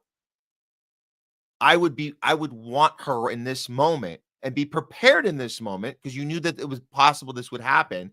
I would want her to be more articulate about the propaganda machine of Israel and talk about this footage, talk about what they did and what they're putting out there, and it doesn't actually exist. That would be big. That would be big, because you can call it a genocide, and great. We're glad you're calling it a genocide, but you're not addressing the root of the thing that they fabricated from the beginning, from this October 7th thing. And I just think that's a shame. And I would also want you to do this. I would want you to say, I feel like we were played, because now it looks like, so it's not just, oh, they put the sandwich thing around, oh, they're doing PR. You should point out the fact that all the people, this not just disrespects, but it's a deterrent to the cause, that you guys look like this is what kidnapping looks like. And you know it's not what it looks like when they actually do abduct people. This is not what it looks like. And you should say that. This is not what it's about. We weren't kidnapped. We were the whole thing was PR. Tell us that. And then I would be right and Craig would be wrong. Because I would say that's what you do. If this was independent on your own, you would say, look what they're doing. They're trying to pretend that this is the way they kidnap people. And it's not the way they kidnap people. They don't give us sandwiches. They give us sandwiches to make it look like Don't tell us that you were kidnapped and you were held against your will. Don't tell us that. We know it's fake. We know it's a stunt.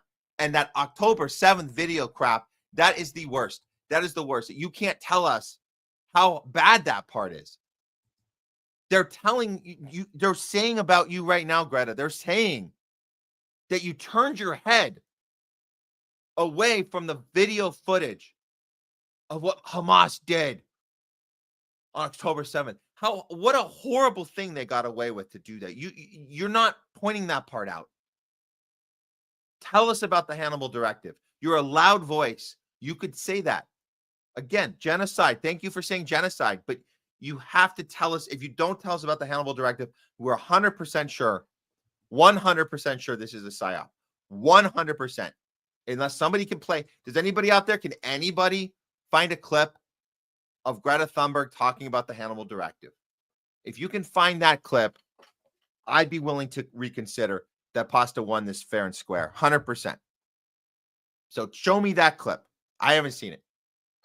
Greta Thunberg saying, this is how October 7th was planned. This is how Western media got on board with this thing that was not real.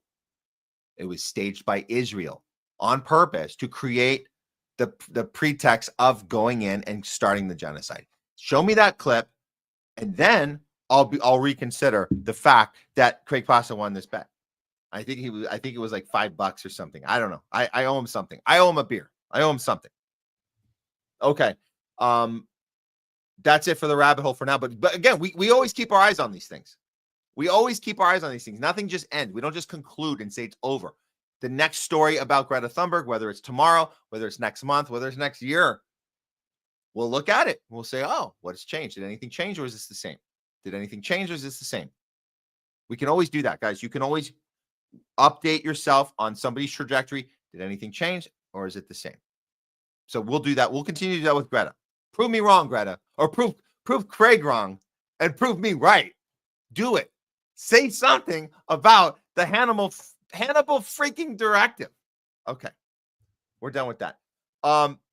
Let's do a couple more of the comments for talking back, and then we'll wrap up the show. Thank you guys so much. Thank you guys so much for being part of the show today and engaging with us on this Tuesday in the middle of the LA craziness that we're experiencing here.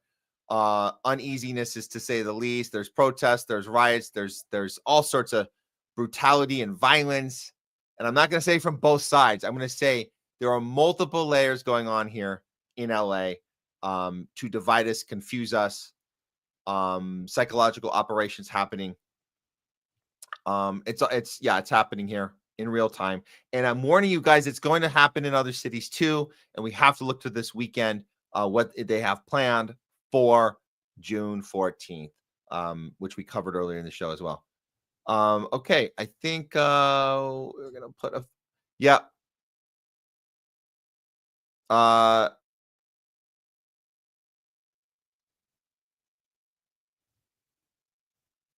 yes, his birthday too, Leslie, on June 14th. It's three things. It's birthday, Trump's birthday, it's Flag Day, and it's the 250th anniversary of the Army, and it's going to be one big celebration, one big opportunity to divide our country and to get the streets covered with insurrectionists who are wreaking havoc and need to be taught a lesson. Need to be taught a lesson by Palantir, according to Laura Loomer. So be aware that's coming. And this, yes, Leslie, it's No King's Day. Look out for that sign. That sign, don't be carrying those signs. Let me tell you guys why not to carry that sign.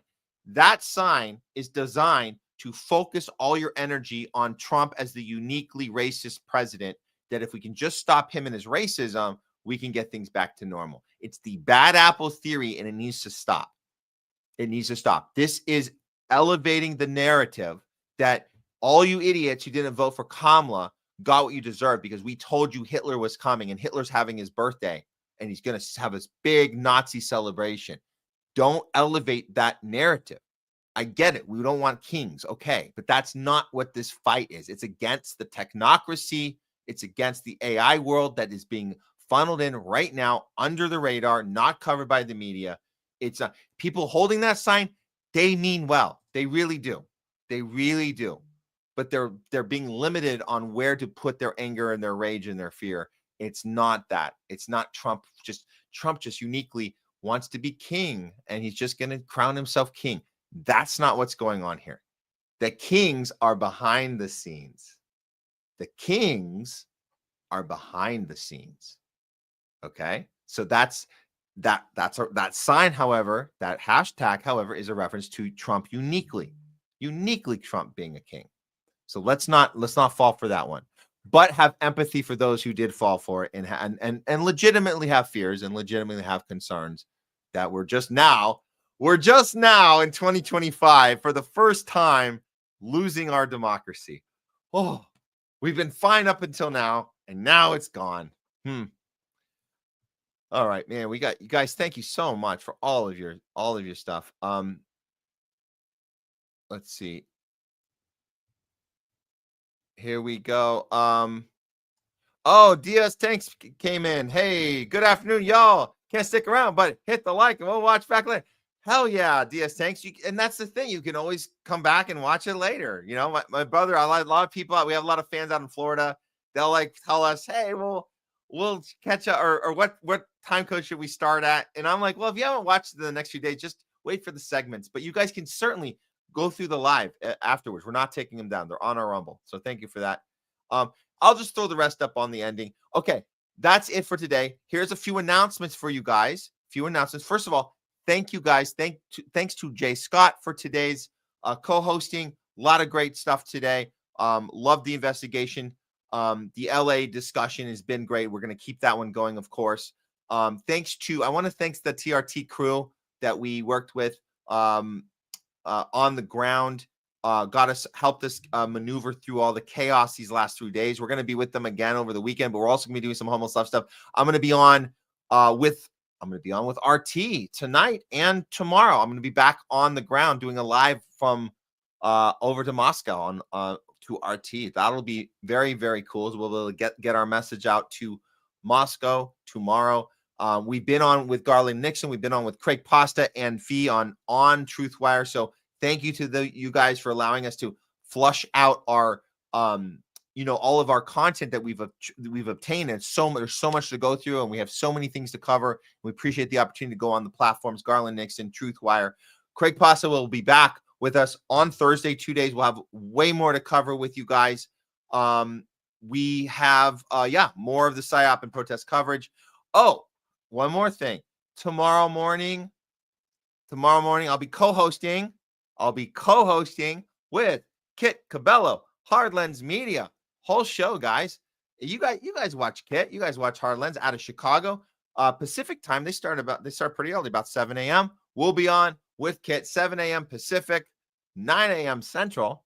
And we'll see you for that. That's Hard Lens Media tomorrow. That should do it for today, guys. We'll leave you with this little funny ass don't hit me, please. Don't hit me with your flag. Oh, man, these are great. These Zionist whining crocodile tears. Real funny one here. We'll give you that on the way out, and we'll see you guys back here on Thursday. Until then, remember, always go out the world with courage, with conviction, and above all else, principle. Power to the people. We'll see you guys next time. We're out. Dude, don't hit me with your fucking flag! Hey, both accusations, hit me with that flag again and see what happens! Don't worry. Do not hit me with that flag! No. I'll take the video. Shame on you in front of children! I take the video. I take the video. Check the video! Okay? If we have mutual ancestors, No, you should be ashamed. never.